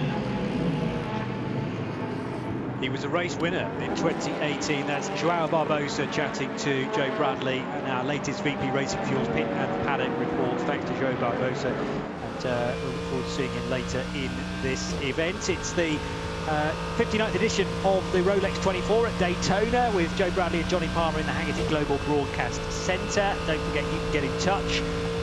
At IMSA Radio is the social media handle to aim your tweets and other such things towards, and make sure you include the hashtag R24Radio as well. As we reach another hour in terms of ticking over into the 10th hour of the day, that is, and there are 18 hours and 20 minutes gone in the race. So 1 minute past 10 on the eastern seaboard, with near perfect conditions, it would appear. No hint of any rain on the horizon just yet. And down towards the first couple of corners go battling GT Daytona cars, with Nicholas Nielsen now installed in the AF Corsa Ferrari 488 GT3 and leading Philip Ellis by 0.8 of a second. Just hearing about a possible drama for the Turner BMW number 96, which was spotted running slow through Speedway Turn 3. It's got to the pits, but it looked like the rear left was rubbing and actually manifested itself into a puncture. So that was the reason why the car was going slowly, and the car has already returned to the race. So that was Colton Herter who had to come in for an unscheduled stop, but the team dealt with it very, very quickly. I suppose they had ample warning with the news from the spotters, and also Colton, no doubt, on the radio as well, to say he would be pit bound to sort that issue out. But rear tyre failure is easily straightened by a team as experienced as Turner Motorsport, and not too much time lost there. However, much more of a story developing, Joe Bradley, for car 31. Felipe Nasser has brought the Whelen Engineering Cadillac in. Now, you and I were chatting about questions about the floor of that car, and you, of course, had heard the different engine note being produced from that car. The team maintained that's exactly as it should sound. However, the car's in the pits and is now the wrong side of the wall. A completely different issue. It's Felipe Nasser has brought the car in. It's stuck in third gear and it's gone behind the wall. And being stuck in third gear is never a good thing. Being stuck in any gear is never a good thing, Johnny. It's kind of what the problem is internally in the gearbox, and if they're so minute tolerances within these race gearboxes that literally you can't risk anything. So that car is kind of out of contention now, and it's only been in the pits behind the wall a few minutes, but for any kind of gearbox issue, they're going to have to get the car out of gear and then see if the car will actually transition through the gears up and down the box once they've freed that up. Well, how quickly, as we've been saying so many times, a race can change complexion for one particular team. 31 well in the hunt to that point. But even though a trip behind the wall doesn't necessarily mean you are out of the race, the difficulty for them is that they've hit this issue inside the final 6 hours, so there's virtually no time to try and catch up again. If this had happened in the opening 6 hours, it might have been a different story, but as Joe makes the point as well, a gearbox issue is going to mean a lengthy period of time in the garage, and Whelen will be up for the challenge here to sort the problem out. Whelen Engineering Racing. But it takes the 31 car, if not out of the race, certainly out of contention, as Joe has just said. And it perhaps brings Harry Ticknell slightly towards, well, it does, one place closer to the podium. He's still a lap away from the race lead. Now, he has done the pit stop that he owed compared to everybody else. When he comes in for the 31st time, that will probably drop him again 2 laps away. But that Mazda, for me, is inching just that little bit closer with every lap to the 4 DPIs that are now ahead of it. Alexander Rossi leading the race, Kevin Magnussen second, and only a 1/10 of a second away from the race leader. Olivier Pla is third, and in 4th position Simon Pagenaud, as the Liqui backed Turner Motorsport BMW had to straight line the bus stop chicane on that lap. And remember, that car has just had a new rear Michelin tyre fitted to it after a slow puncture, or a complete puncture, was detected. So it was Colton Herter, wasn't it, brought the car in and took it back out again. Neck and neck for the lead through the tri-oval. It's the 10 car to the outside, it's the 0-1 to the inside. Alexander Rossi just about hanging on to it, as clipping the dust there on the inside of turn 2 is Kevin Magnussen in car 0-1. They also had the Heart of Racing Aston Martin to nip by safely, which they have done through turn 2A and in and out of the International Horseshoe. This is really livening up. 5.5 hours there may still be to go, but we have got a ding-dong scrap, Joe Bradley, at the sharp end of the field between 2 stellar sports car drivers. Kevin Magnussen less experienced, okay, than Alexander Rossi, but that does not stop him going completely the other side of a BMW from GT Daytona to try and gain the advantage. You've got 2 single-seater hot shots coming together at the Daytona 24 hours. It's not an unfamiliar sight, is it, to see these 2 young drivers going at it tooth and nail. They are at the top of their game, and what we're going to see now, just sit back, enjoy this, and it's going to be all about getting through the traffic. And as we go into the bus stop chicane, 2 cars ahead of him. We've got a Porsche just ahead, followed by a Ferrari. He gets around the Porsche just on pure acceleration and momentum out of the bus stop chicane. He make swift work, both cars making swift work of both the Porsche and the Ferrari as they come out of Speedway turn 4 and down that straight to the tri-oval. Magnussen will want to try and get some kind of slipstream effect going into the braking area, and he does indeed. Looks to the inside, but no. Rossi had the momentum and takes the conventional textbook line there, JP. Fantastic to witness, though, and it reminds me somewhat of the scrap we were enjoying in GT Daytona a few hours ago between Mauro Engel and Daniel Serra. Eventually the Ferrari did get in front in that particular class and is still being led by Nicholas Nielsen. But a sort of similar scenario. I would say that Kevin Magnussen's got more opportunities around the lap to be able to pull off the overtake, though, because that second-placed Cadillac looks very, very strong, and the Acura in certain places is having to defend mightily in order to keep Kevin Magnussen behind as he four-wheel drifts the 0-1 car into turn 6 to give it much tighter route through the apex and therefore on the exits. So he was able to apply the pressure, the throttle in more of a straight line than the Acura, which was heading up onto the high bank, and this could be Magnussen's opportunity. He's going to have to do it the difficult way around the outside. Can he brake later? Yes, he can. That, for me, is one of the overtakes of the race, so long as he can keep it on the road. But no, he can't. He'd run too deep into the bus stop chicane, and Alexander Rossi takes the place back again. But brilliant understanding between the two of them. That was high-risk motorsport with 5.5 hours still to go in this race, and Magnussen, ultimate faith in the braking capacity of this Cadillac. He almost got the move done there, but Rossi, slightly more experienced around this place, I think sensed that Magnussen was carrying too much forward momentum into the bus stop, knew he was probably going to end up out in the weeds, and just eased out of the throttle to allow Magnussen to make that very slight error. And of course now what Magnussen's done is put dirt on his tyres, and it's going to take a bit of time to maintain optimum lap speed once again. But that was a brilliant half overtake, I'm going to call it.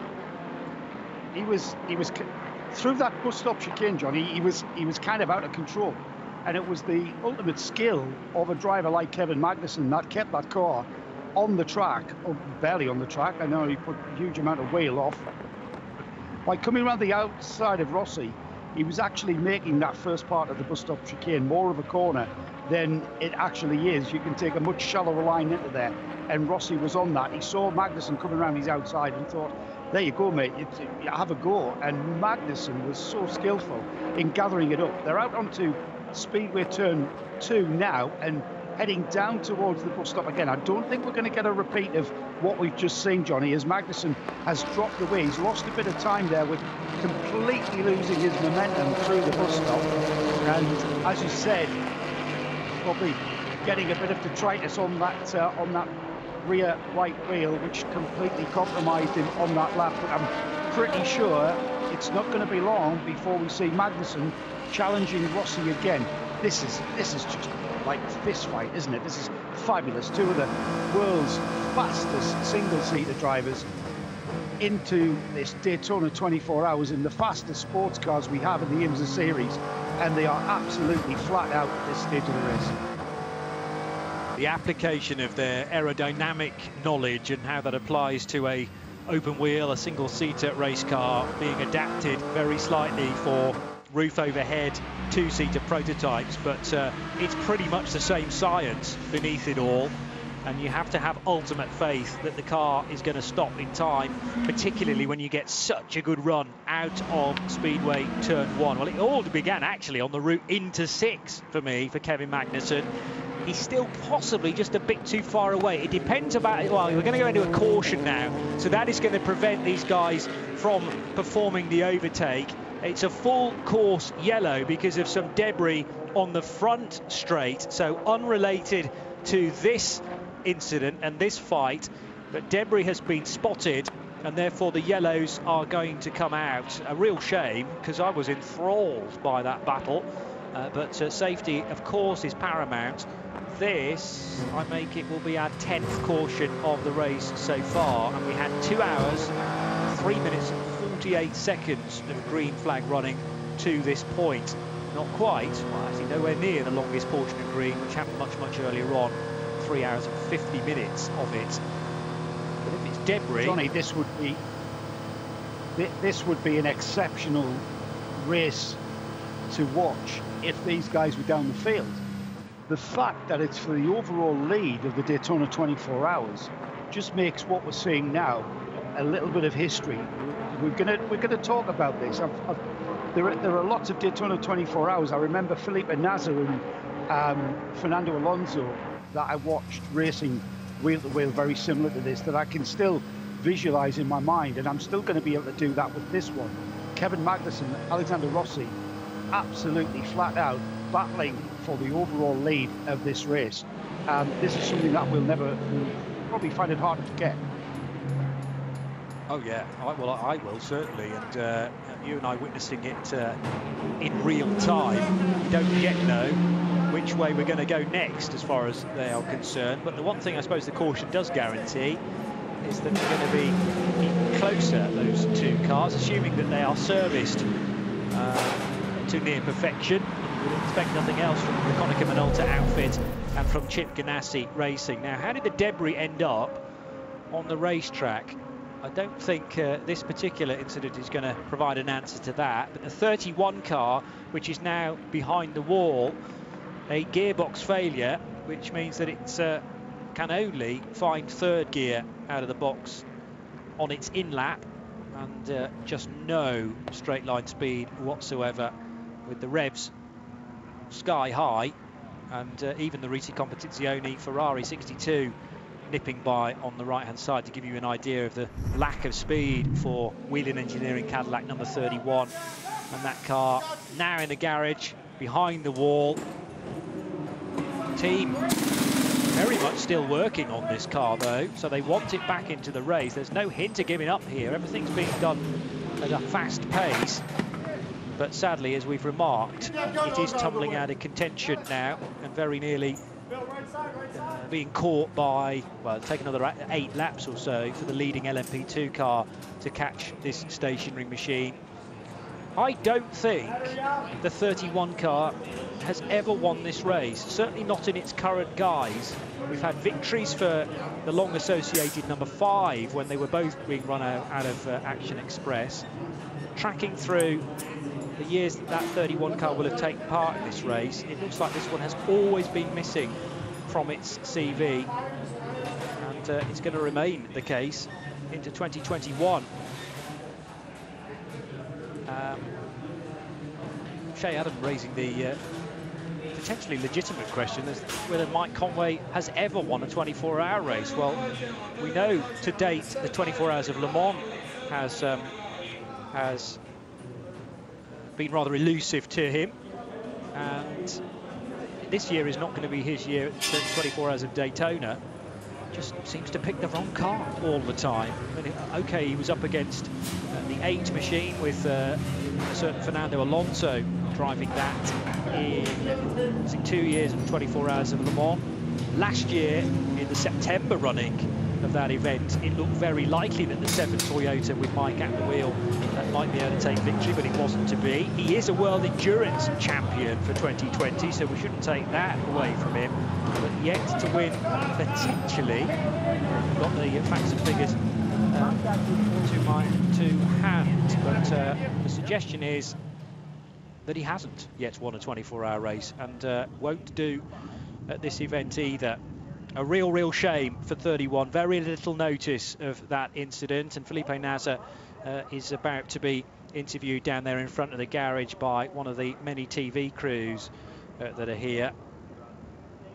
Something that Mike Conway, some disgruntlement or disagreement with the racing gods that Mike has had perhaps in previous years. I have a funny feeling it will happen at some stage. He's got too much speed, that boy, to miss out on a 24-hour race in the whole of his career, but the 31 hasn't necessarily had the luck here either. Consider, Johnny, it's these days with paddle shift gearboxes, it's not down to the driver to nurse the gearbox. All he can do is pull a lever. The electronics make the shift. Back in the old days when we had mechanical shifters with mechanical connections to the gearbox with a 3-pedal configuration, certainly in endurance racing, you know, it was down to the driver and how he was able to drive the car and use the gearbox. And it could be if you abused the gearbox, if you missed a gear change, if you weren't as sympathetic on the machinery, that could manifest in an issue. These days, less so. You know, Felipe Nasr is sat there, foot flat down on the throttle, and he's pulling a lever to go up the box or down the box. He's got his foot on the brake and he's clicking the other lever to go down the box. The electronics is dealing with the actual mechanisms of that gear change with the internals of the box. So it's down to the gods. And once again, the planets have not aligned for that number 31 car, and problems have befallen it. And it's just pure bad luck, really, I would say. Yeah, and they've had plenty of it through the years at this particular event. I was suggesting that the fact that it was debris on the front straight, it could be dealt with reasonably quickly. Of course, we have to go through the sequence of pit stops though as well, but I think this is a moment that the Daytona track staff are choosing to actually clear up anything else that has been worrying them over the last 3 to 4 hours. So a chance to do a full track sweep, essentially, where all the cars are bunched up on one section of the racetrack behind the safety car, and therefore it is safe for the corner workers to descend onto the Daytona asphalt. Right, here come the callers then for the next bout of pit stops. 1 or 2 deciding not to bother with this one, but the race leader certainly is. Joe, you're going to be watching these stops. Perfect run, of course, for Konica Minolta into pit stall number 1, but I make it another 6 cars following suit. The car looked like he hit his marks, because Alexander Rossi has made the job very difficult, it looks like, for the team. He's quite close to the wall. No tyres going on, though, I noticed, Johnny. Just fuel going into the Konica Minolta car, the number 10. It's done. It hasn't taken tyres. And in complete contrast, we've got tyres going onto the 01 car and fuel. Driver stayed possible in the number 10 and in the number 01. So that's a VP Racing Fuels pit report, and now to a VP Racing Fuels paddock report, because Stephen McAleer joins us on the line, and Joe can have a chat to him. Hi Stephen, hopefully you can hear us. Hello Stephen. The line's dropped there, hasn't it? Sorry Johnny, we'll try again. I didn't think that sounded like Stephen. That's obviously his personal assistant, or accurately an automated message. But we'll get Stephen McAleer to the line just as soon as we can. There's a chance, therefore, to throw the spotlight onto the GT cars in a moment or two. Back out again. Now you see, I need an accurate order for the top few cars, because Alexander Rossi's pit stall is a bit further down pit lane, and therefore he triggers the timing loop slightly later than, rather the 10 car is the first pit stall, and he triggers the timing loop slightly later than the 01, so that's not necessarily a true order, and we'll get that to you just as soon as we can. But will there be an opportunity here for the Cadillac Chip Ganassi racing car to skip ahead? I am reading it as such. 01 appears to be ahead of 60 on the road now, and the 10 car has had to slot into 3rd position. So that is time, precious time lost by Konica Minolta. And you start a pit stop in 1st, you slip back to 3rd position very quickly indeed. More track sweeping taking place on the back, at the end rather, of the back straightaway. GT cars, both from LM and Daytona, are due into the pits anytime now, with Nick Tandy leading GTLM in the best of the Corvettes from sister car driven by Jordan Taylor, 2nd of the C8s. And then it's John Edwards and Jules Gounon for BMW and Risi Competizione Ferrari, respectively, in turn ahead of Timo Glock. But the way that they are positioned behind the safety car, there's a big gap between Gounon and Glock, as it turns out, and still 9 laps, by the way, back to Jean-Marie Bruni in the WeatherTech Racing Porsche. But at least he is now right with the GTLM cars on the timing screen. Here we go then, GT Daytona time and GT LM as well. The LM's reached the pit lane first, of course, and it looks like all of the top 4 are in, Joe.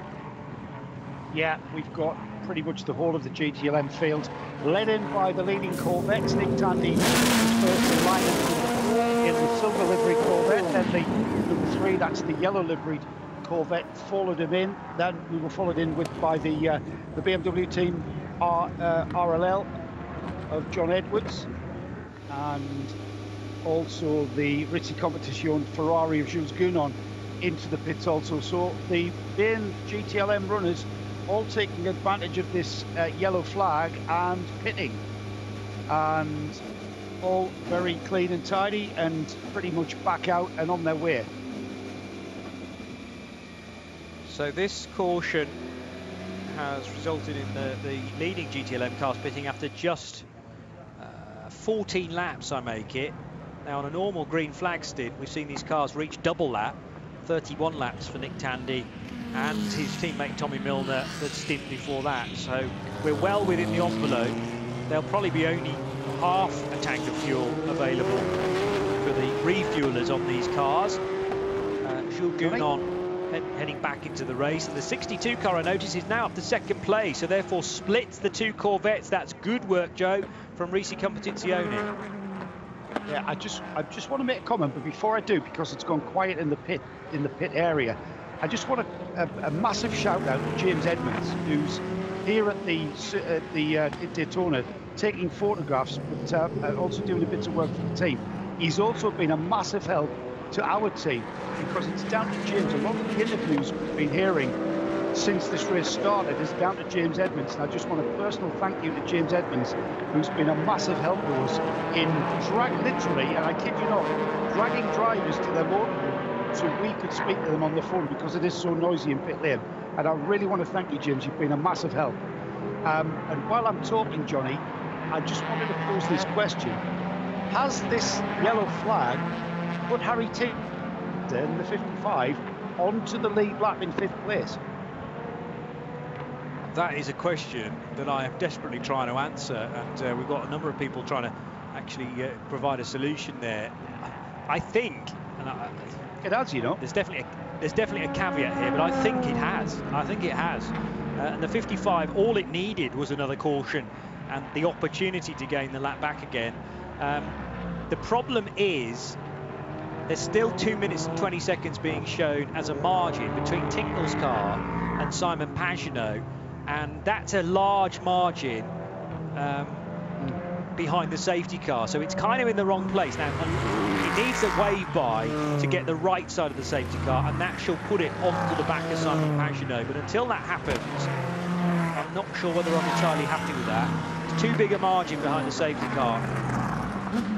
But there may still be bunching to be done. There always is after a set of pit stops. So let's wait for that to happen, and then we can have some. Wouldn't that be a story? Concrete information.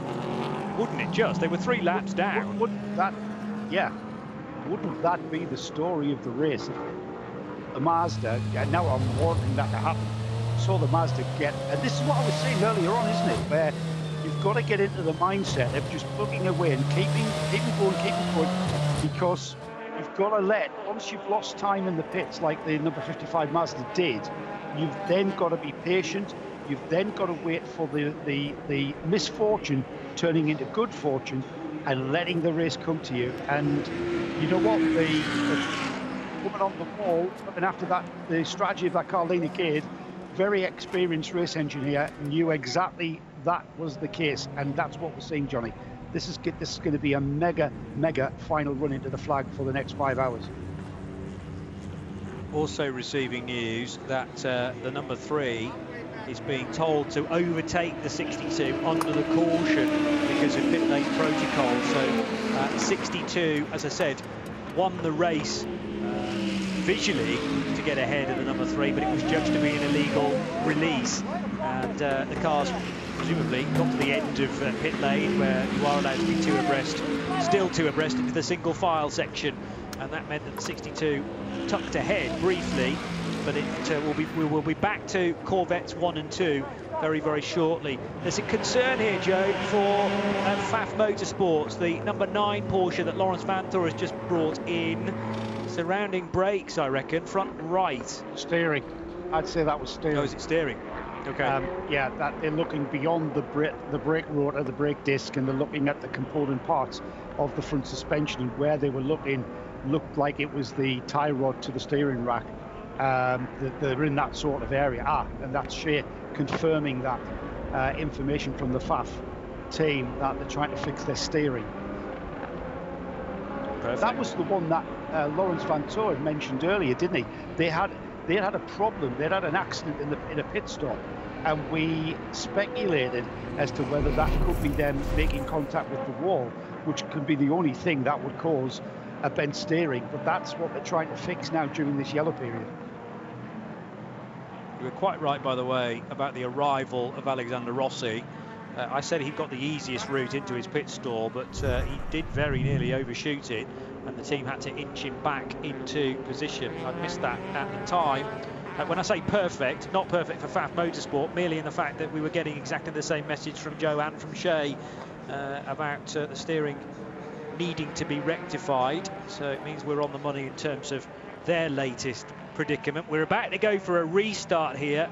Hopefully all the GT LM cars are now in the right order, with Jordan Taylor being told by race control to get ahead of Jules Gounon, and we'll confirm whether that's happening in a moment or two. But back to green we go, with 5 hours and 12 minutes still to elapse at the Daytona 24 Hours for 2021, and the DPIs waste no time at all in getting too abreast.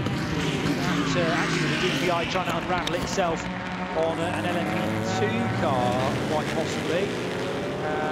The top 4 in DPI are nose to tail, and they run as follows: Alexander Rossi, Kevin Magnussen, Juan Pablo Montoya now installed into the 60 machine, and he's lost a place already to Simon Pagenaud in the Ally Cadillac racing car. So that might have actually been Pagenaud and Montoya side by side at turn 2, and it was Pagenaud getting the place and catching Montoya just a little bit sleeping into turn 1 and 2.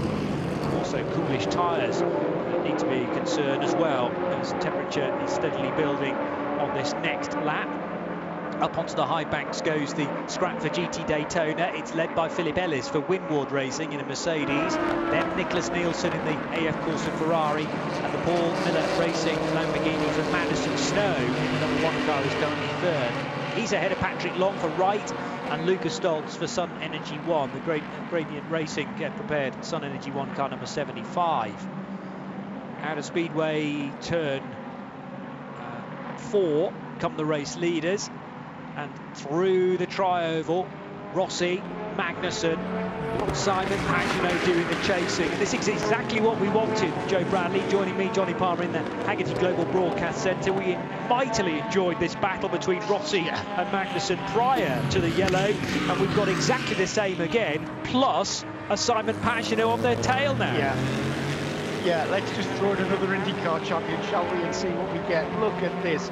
Fantastic racing onto the infield, through the kink and towards the western hairpin. It's absolute. It's nose to tail. Rossi in the 10. There's even one of Magnussen's second, third is Pagenaud. As the cars come out of that hairpin, head down to that very tricky left-hand turn. Have to maximise your momentum through this. Get on the power, nurse that throttle to get the maximum traction out of there.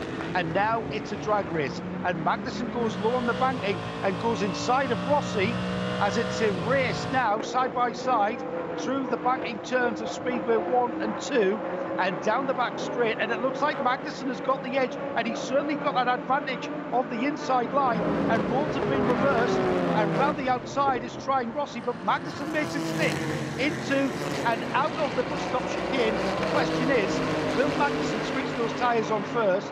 He put that car onto new tyres in the pit stop, whereas Rossi stayed on the old set, and this is what we're going to see. Magnussen now an advantage of new rubber. That is exactly the overtake he wanted to pull off. the previous stint into the bus stop, but couldn't do it because only was given the outside line by Alexander Rossi. Fantastic driving off Speedway 2 to give him the inside line, but I was impressed by the accurate straight line speed, and I thought Rossi might have had an opportunity to defend from the outside there. In the end, it didn't turn out like that. Great car placement from Danish driver Kevin Magnussen, and he just turned in at the perfect point to make sure that Rossi couldn't do likewise. It was the traction out of the left-hander onto the banking where Magnussen had a little bit more grip that enabled him to get the momentum to get alongside Rossi into the first part of that banking through Speedway 1 and maintain that momentum all the way through Speedway 2 and onto the back straight where he really did extend that lead. And now look at the gap as they go back out that same part of the track as what I've just been describing.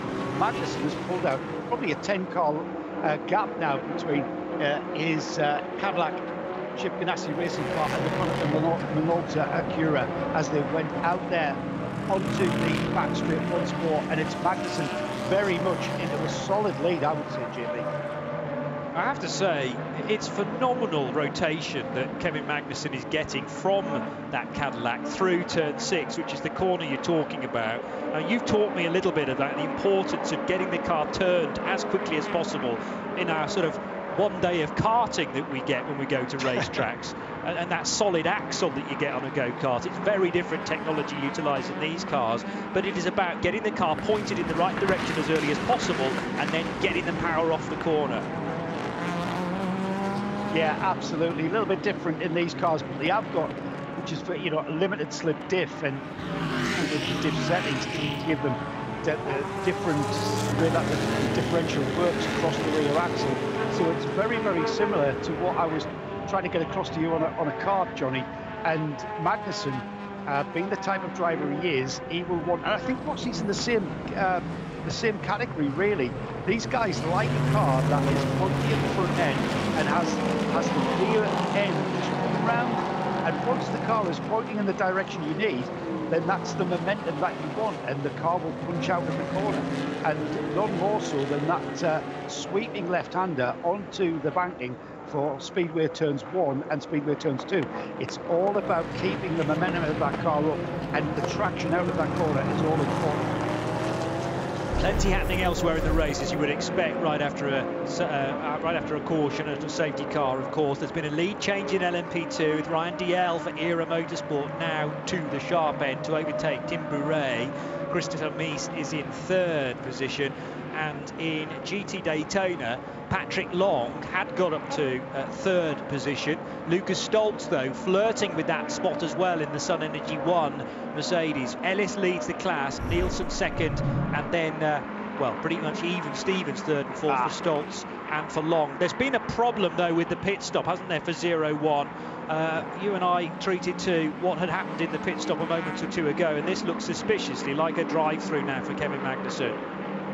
A bit of a story spoiler as Magnussen comes into the pits to take a drive-through, and the reason he's been given a drive-through, he had wheel rotation whilst the car was still on the jack stands. It's just a minuscule amount of mistiming there from Kevin Magnussen. The car was still on the stands, about to be dropped when he put the car in gear and let the clutch out, basically, and that made the rear axle spin up. That's not allowed in the regulations for safety reasons. It's quite logical and it's a good rule, but Kevin Magnussen is paying that penalty now, and he's going to be dropped. He's dropped right off the lead. He's in the GTLM line there, and that's in fact, he might even be into GTD line and having to make his way through traffic. That's going to delay him trying to get back on terms with the leading pack. A real shame. Not least for us enjoying that battle to this point, but I have a funny feeling that those cars will find each other a little bit later on in the piece. Maybe not with Rossi and Magnussen as the drivers, but they put a brilliant show on, and I don't think you can ever take that overtake away from us. Both the aborted one, when Magnussen tried to go around the outside into the bus stop, and then when he finally did pull it off on the inside of Alexander Rossi. Two fabulous memories from this year's Daytona, and that will be difficult to forget. And we're still left with 2 cars out front, by the way, because now Rossi has a different liveried Cadillac in his rear-view mirror. This time it's Simon Pagenaud for Ally Cadillac Racing and another 48 car. And only a second adrift of those 2 is Juan Pablo Montoya for Meyer Shank Racing. So still plenty of entertainment out front. Magnussen will slot back into 4th position. So he's still ahead of Jonathan Bomarito, who incidentally is very definitely now onto the lead lap for the Mazda DPI squad. So Harry Tinknell switched to Jonathan Bomarito in the last pit stop. And the 2 minutes that I was concerned about was just the extent of the safety car train. In fact, it was taking that long for the cars to go through the timing loop, and that was the differential at much slower speed. And it is condensed now to, well, 55 seconds from race leader Rossi back to J-Bomb, but onto the lead lap, and you can really attack the race from there. This is not done and dusted as far as Mazda are concerned. And speaking of which, we are very close now to a 19th hour of this year's race being completed, and therefore right here on RS2 IMSA Radio, where we're bringing you live coverage of the 59th edition of the Rolex 24 at Daytona. It is time for a Mazda in-race update. That sees Alexander Rossi leading after 632 laps for the Konica Minolta Acura squad in car number 10. Just that half-second advantage. Blinken, you'll miss the 2 that lead the race as they cross the line through the tri-oval. They're just exiting turn 2 now and heading onto the infield proper. Simon Pagenaud in hot pursuit then in the first of the Cadillacs for Ally Cadillac Racing. That's car 48. And then Juan Pablo Montoya in the pink and purple and black number 60 car for Meyer Shank Racing with Curb Agajanian in their Acura ARX05. So 3rd place for Juan Pablo, 4th place for a recovering Kevin Magnussen after the drive-through penalty, after his rear wheels were spotted rotating before they had made contact with the ground once again. Jonathan Bomarito running around in 5th, but back to the lead lap. And this is where there's more changes that have happened, because in LMP2, the 18 Ryan DL Era Motorsport Orica leads the class now, and Christopher Mies is up to 2nd place for Dragon Speed, having got by Tim Bourret in the opening exchanges of this particular stint. He's built himself a 2 seconds advantage now over the Frenchman. That's 18, 82 and the 8 cars then, 1st, 2nd and 3rd in LMP2. Sadly, the number 31 car is still in the pits, having all of that work done on its gearbox. It got stuck in 3rd gear, did the Wheel and Engineering Cadillac, and the car that has had terrible luck at this race through the years looks like it is following, the bad luck is following that car once again in 2021. It's not out of the race yet, but it is out of contention. 4th place in the LMP2 category is the 51 car of Austin Dillon, and then it is the 11 machine of Thomas Merrill, in the number 11 Win Autosport car. GTLM, led by Nick Tandy for Corvette in the first of the C8Rs from Jordan Taylor. Only 0.8 of a second between those 2. Jesse Krohn for BMW runs 3rd in the black number 24. And Jules Gounon, having made his way up to 2nd, coming out of the last phase of pit stops. It was determined that he jumped line coming out of pit road and should have in fact tucked in behind the 2nd of the Corvettes, but chose to split them and then was given the instruction to reverse those positions. Since then, Jules Gounon from Risi Competizione has slipped to 4th place, with Bruno Spengler in 5th. In LMP3, Scott Andrews leads the category in the 74 Riley Motorsports Ligier. 2nd place is Wade Boyd for Sean Creech Motorsport, and 3rd in LMP3, although losing places on some GT Daytona cars, Moritz Krantz for Ullner Motorsports. And the top 5 in GT Daytona, Philip Ellis leads for Windward Racing with their Mercedes 57.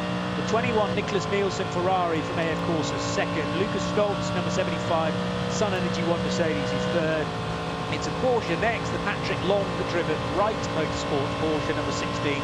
And Madison Snow, race winner here last year, car number 1 for Paul Miller Racing, is running in 5th. That's the latest Mazda in-race update right here on IMSA Radio.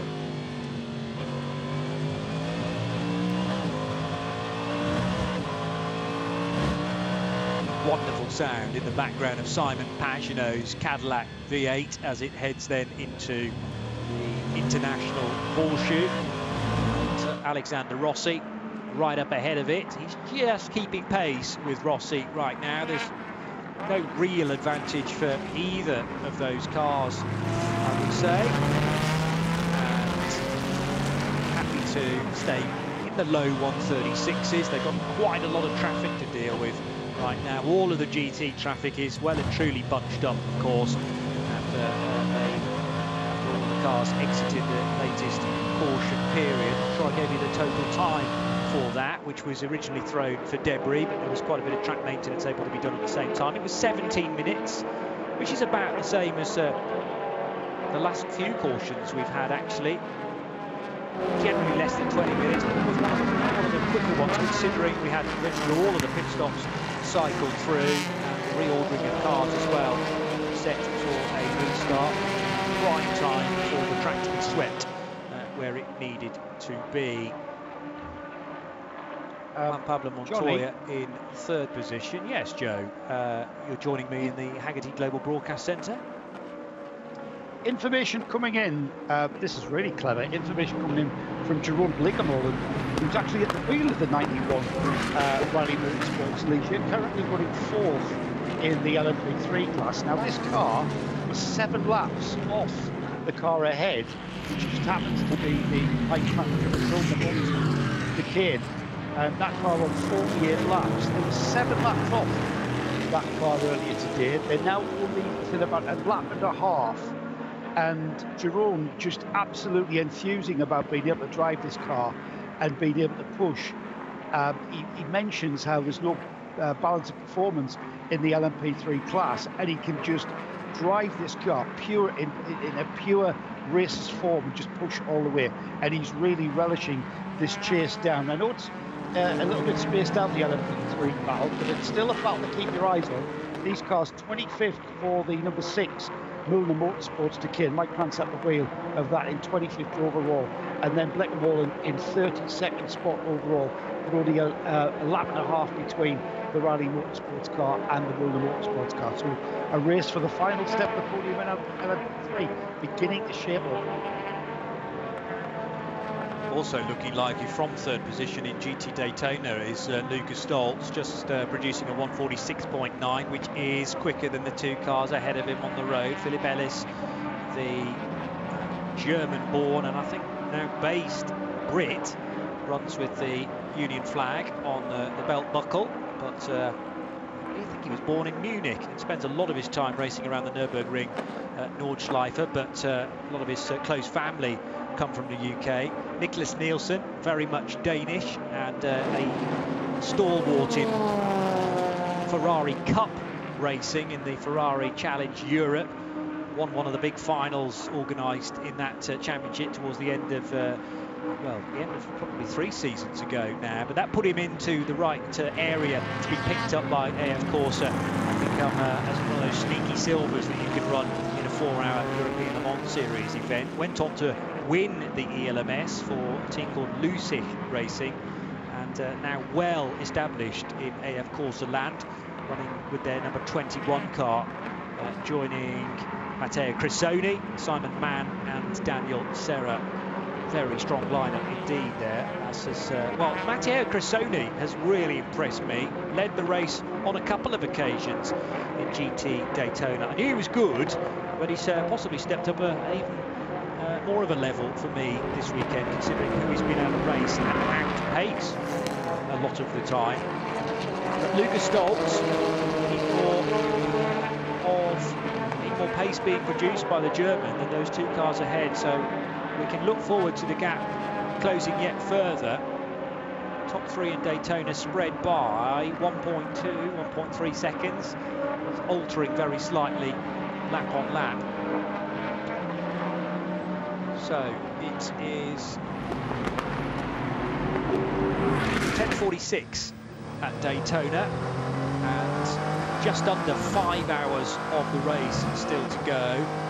Still arguably a bit too far out to be properly back timing at the event. I'm sure the spreadsheet's been opened in order to do that from the start of the race pretty much, but there are one or two twists and turns still for the race to deliver, I'm sure. Ross Gunn rather tentative as to the order of the drivers for his car to the end of the flag. I think to the end of the race, rather, to the flag. I think he was deliberately keeping his cars close to his chest. The relevant drivers will be well and truly mapped out for the final few stints. They will have worked out who's the quickest in the quartet, or in some cases the trio. And the driver will have been named already for the final, probably a couple of stints to the finish. But you need somebody quick behind the wheel of your car if there is a late caution. We're almost guaranteed a flat-out race somewhere in that final hour, maybe with a caution. Potential for a slight extension as well. The white flag coming out to indicate the final lap, and then the run to the checker.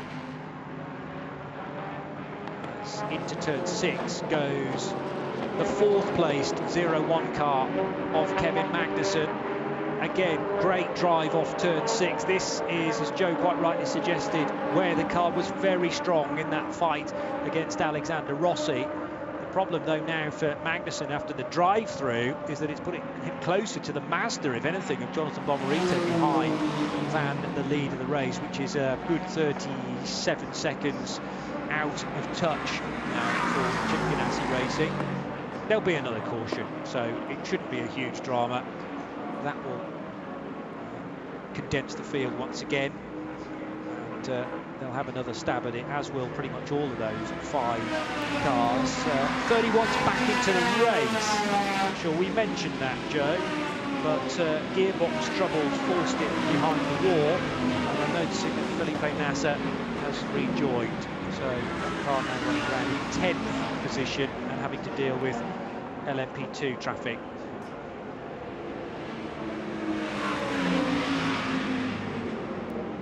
Talking a moment or two ago about the LMP3 scrap.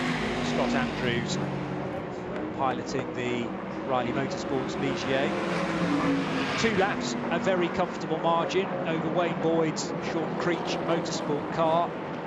How crowded is the house into the West Horseshoe, though?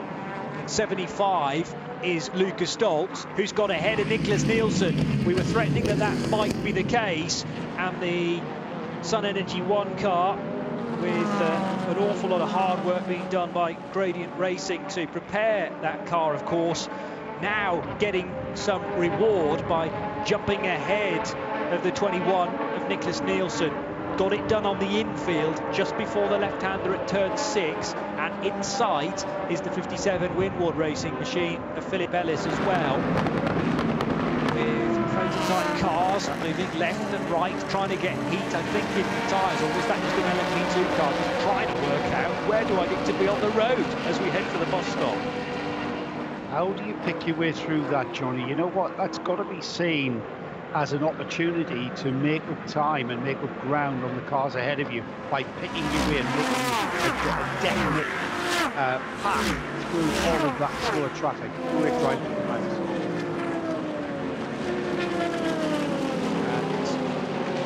Battling away with Nicholas Nielsen, who is also, I should remind you, a factory Ferrari GT driver, having joined the roster relatively recently, but at the same time as Daniel Serra, so he's been in the sort of latest signings for AF Corse / Ferrari. AF Corse not strictly the factory team for Ferrari, but it is as good as. They kind of run these cars on behalf of the great Mark, and you'd be hard pushed to prepare a Ferrari as well and as fast as AF Corse do. You can sometimes match them, but very rarely are they outbeaten.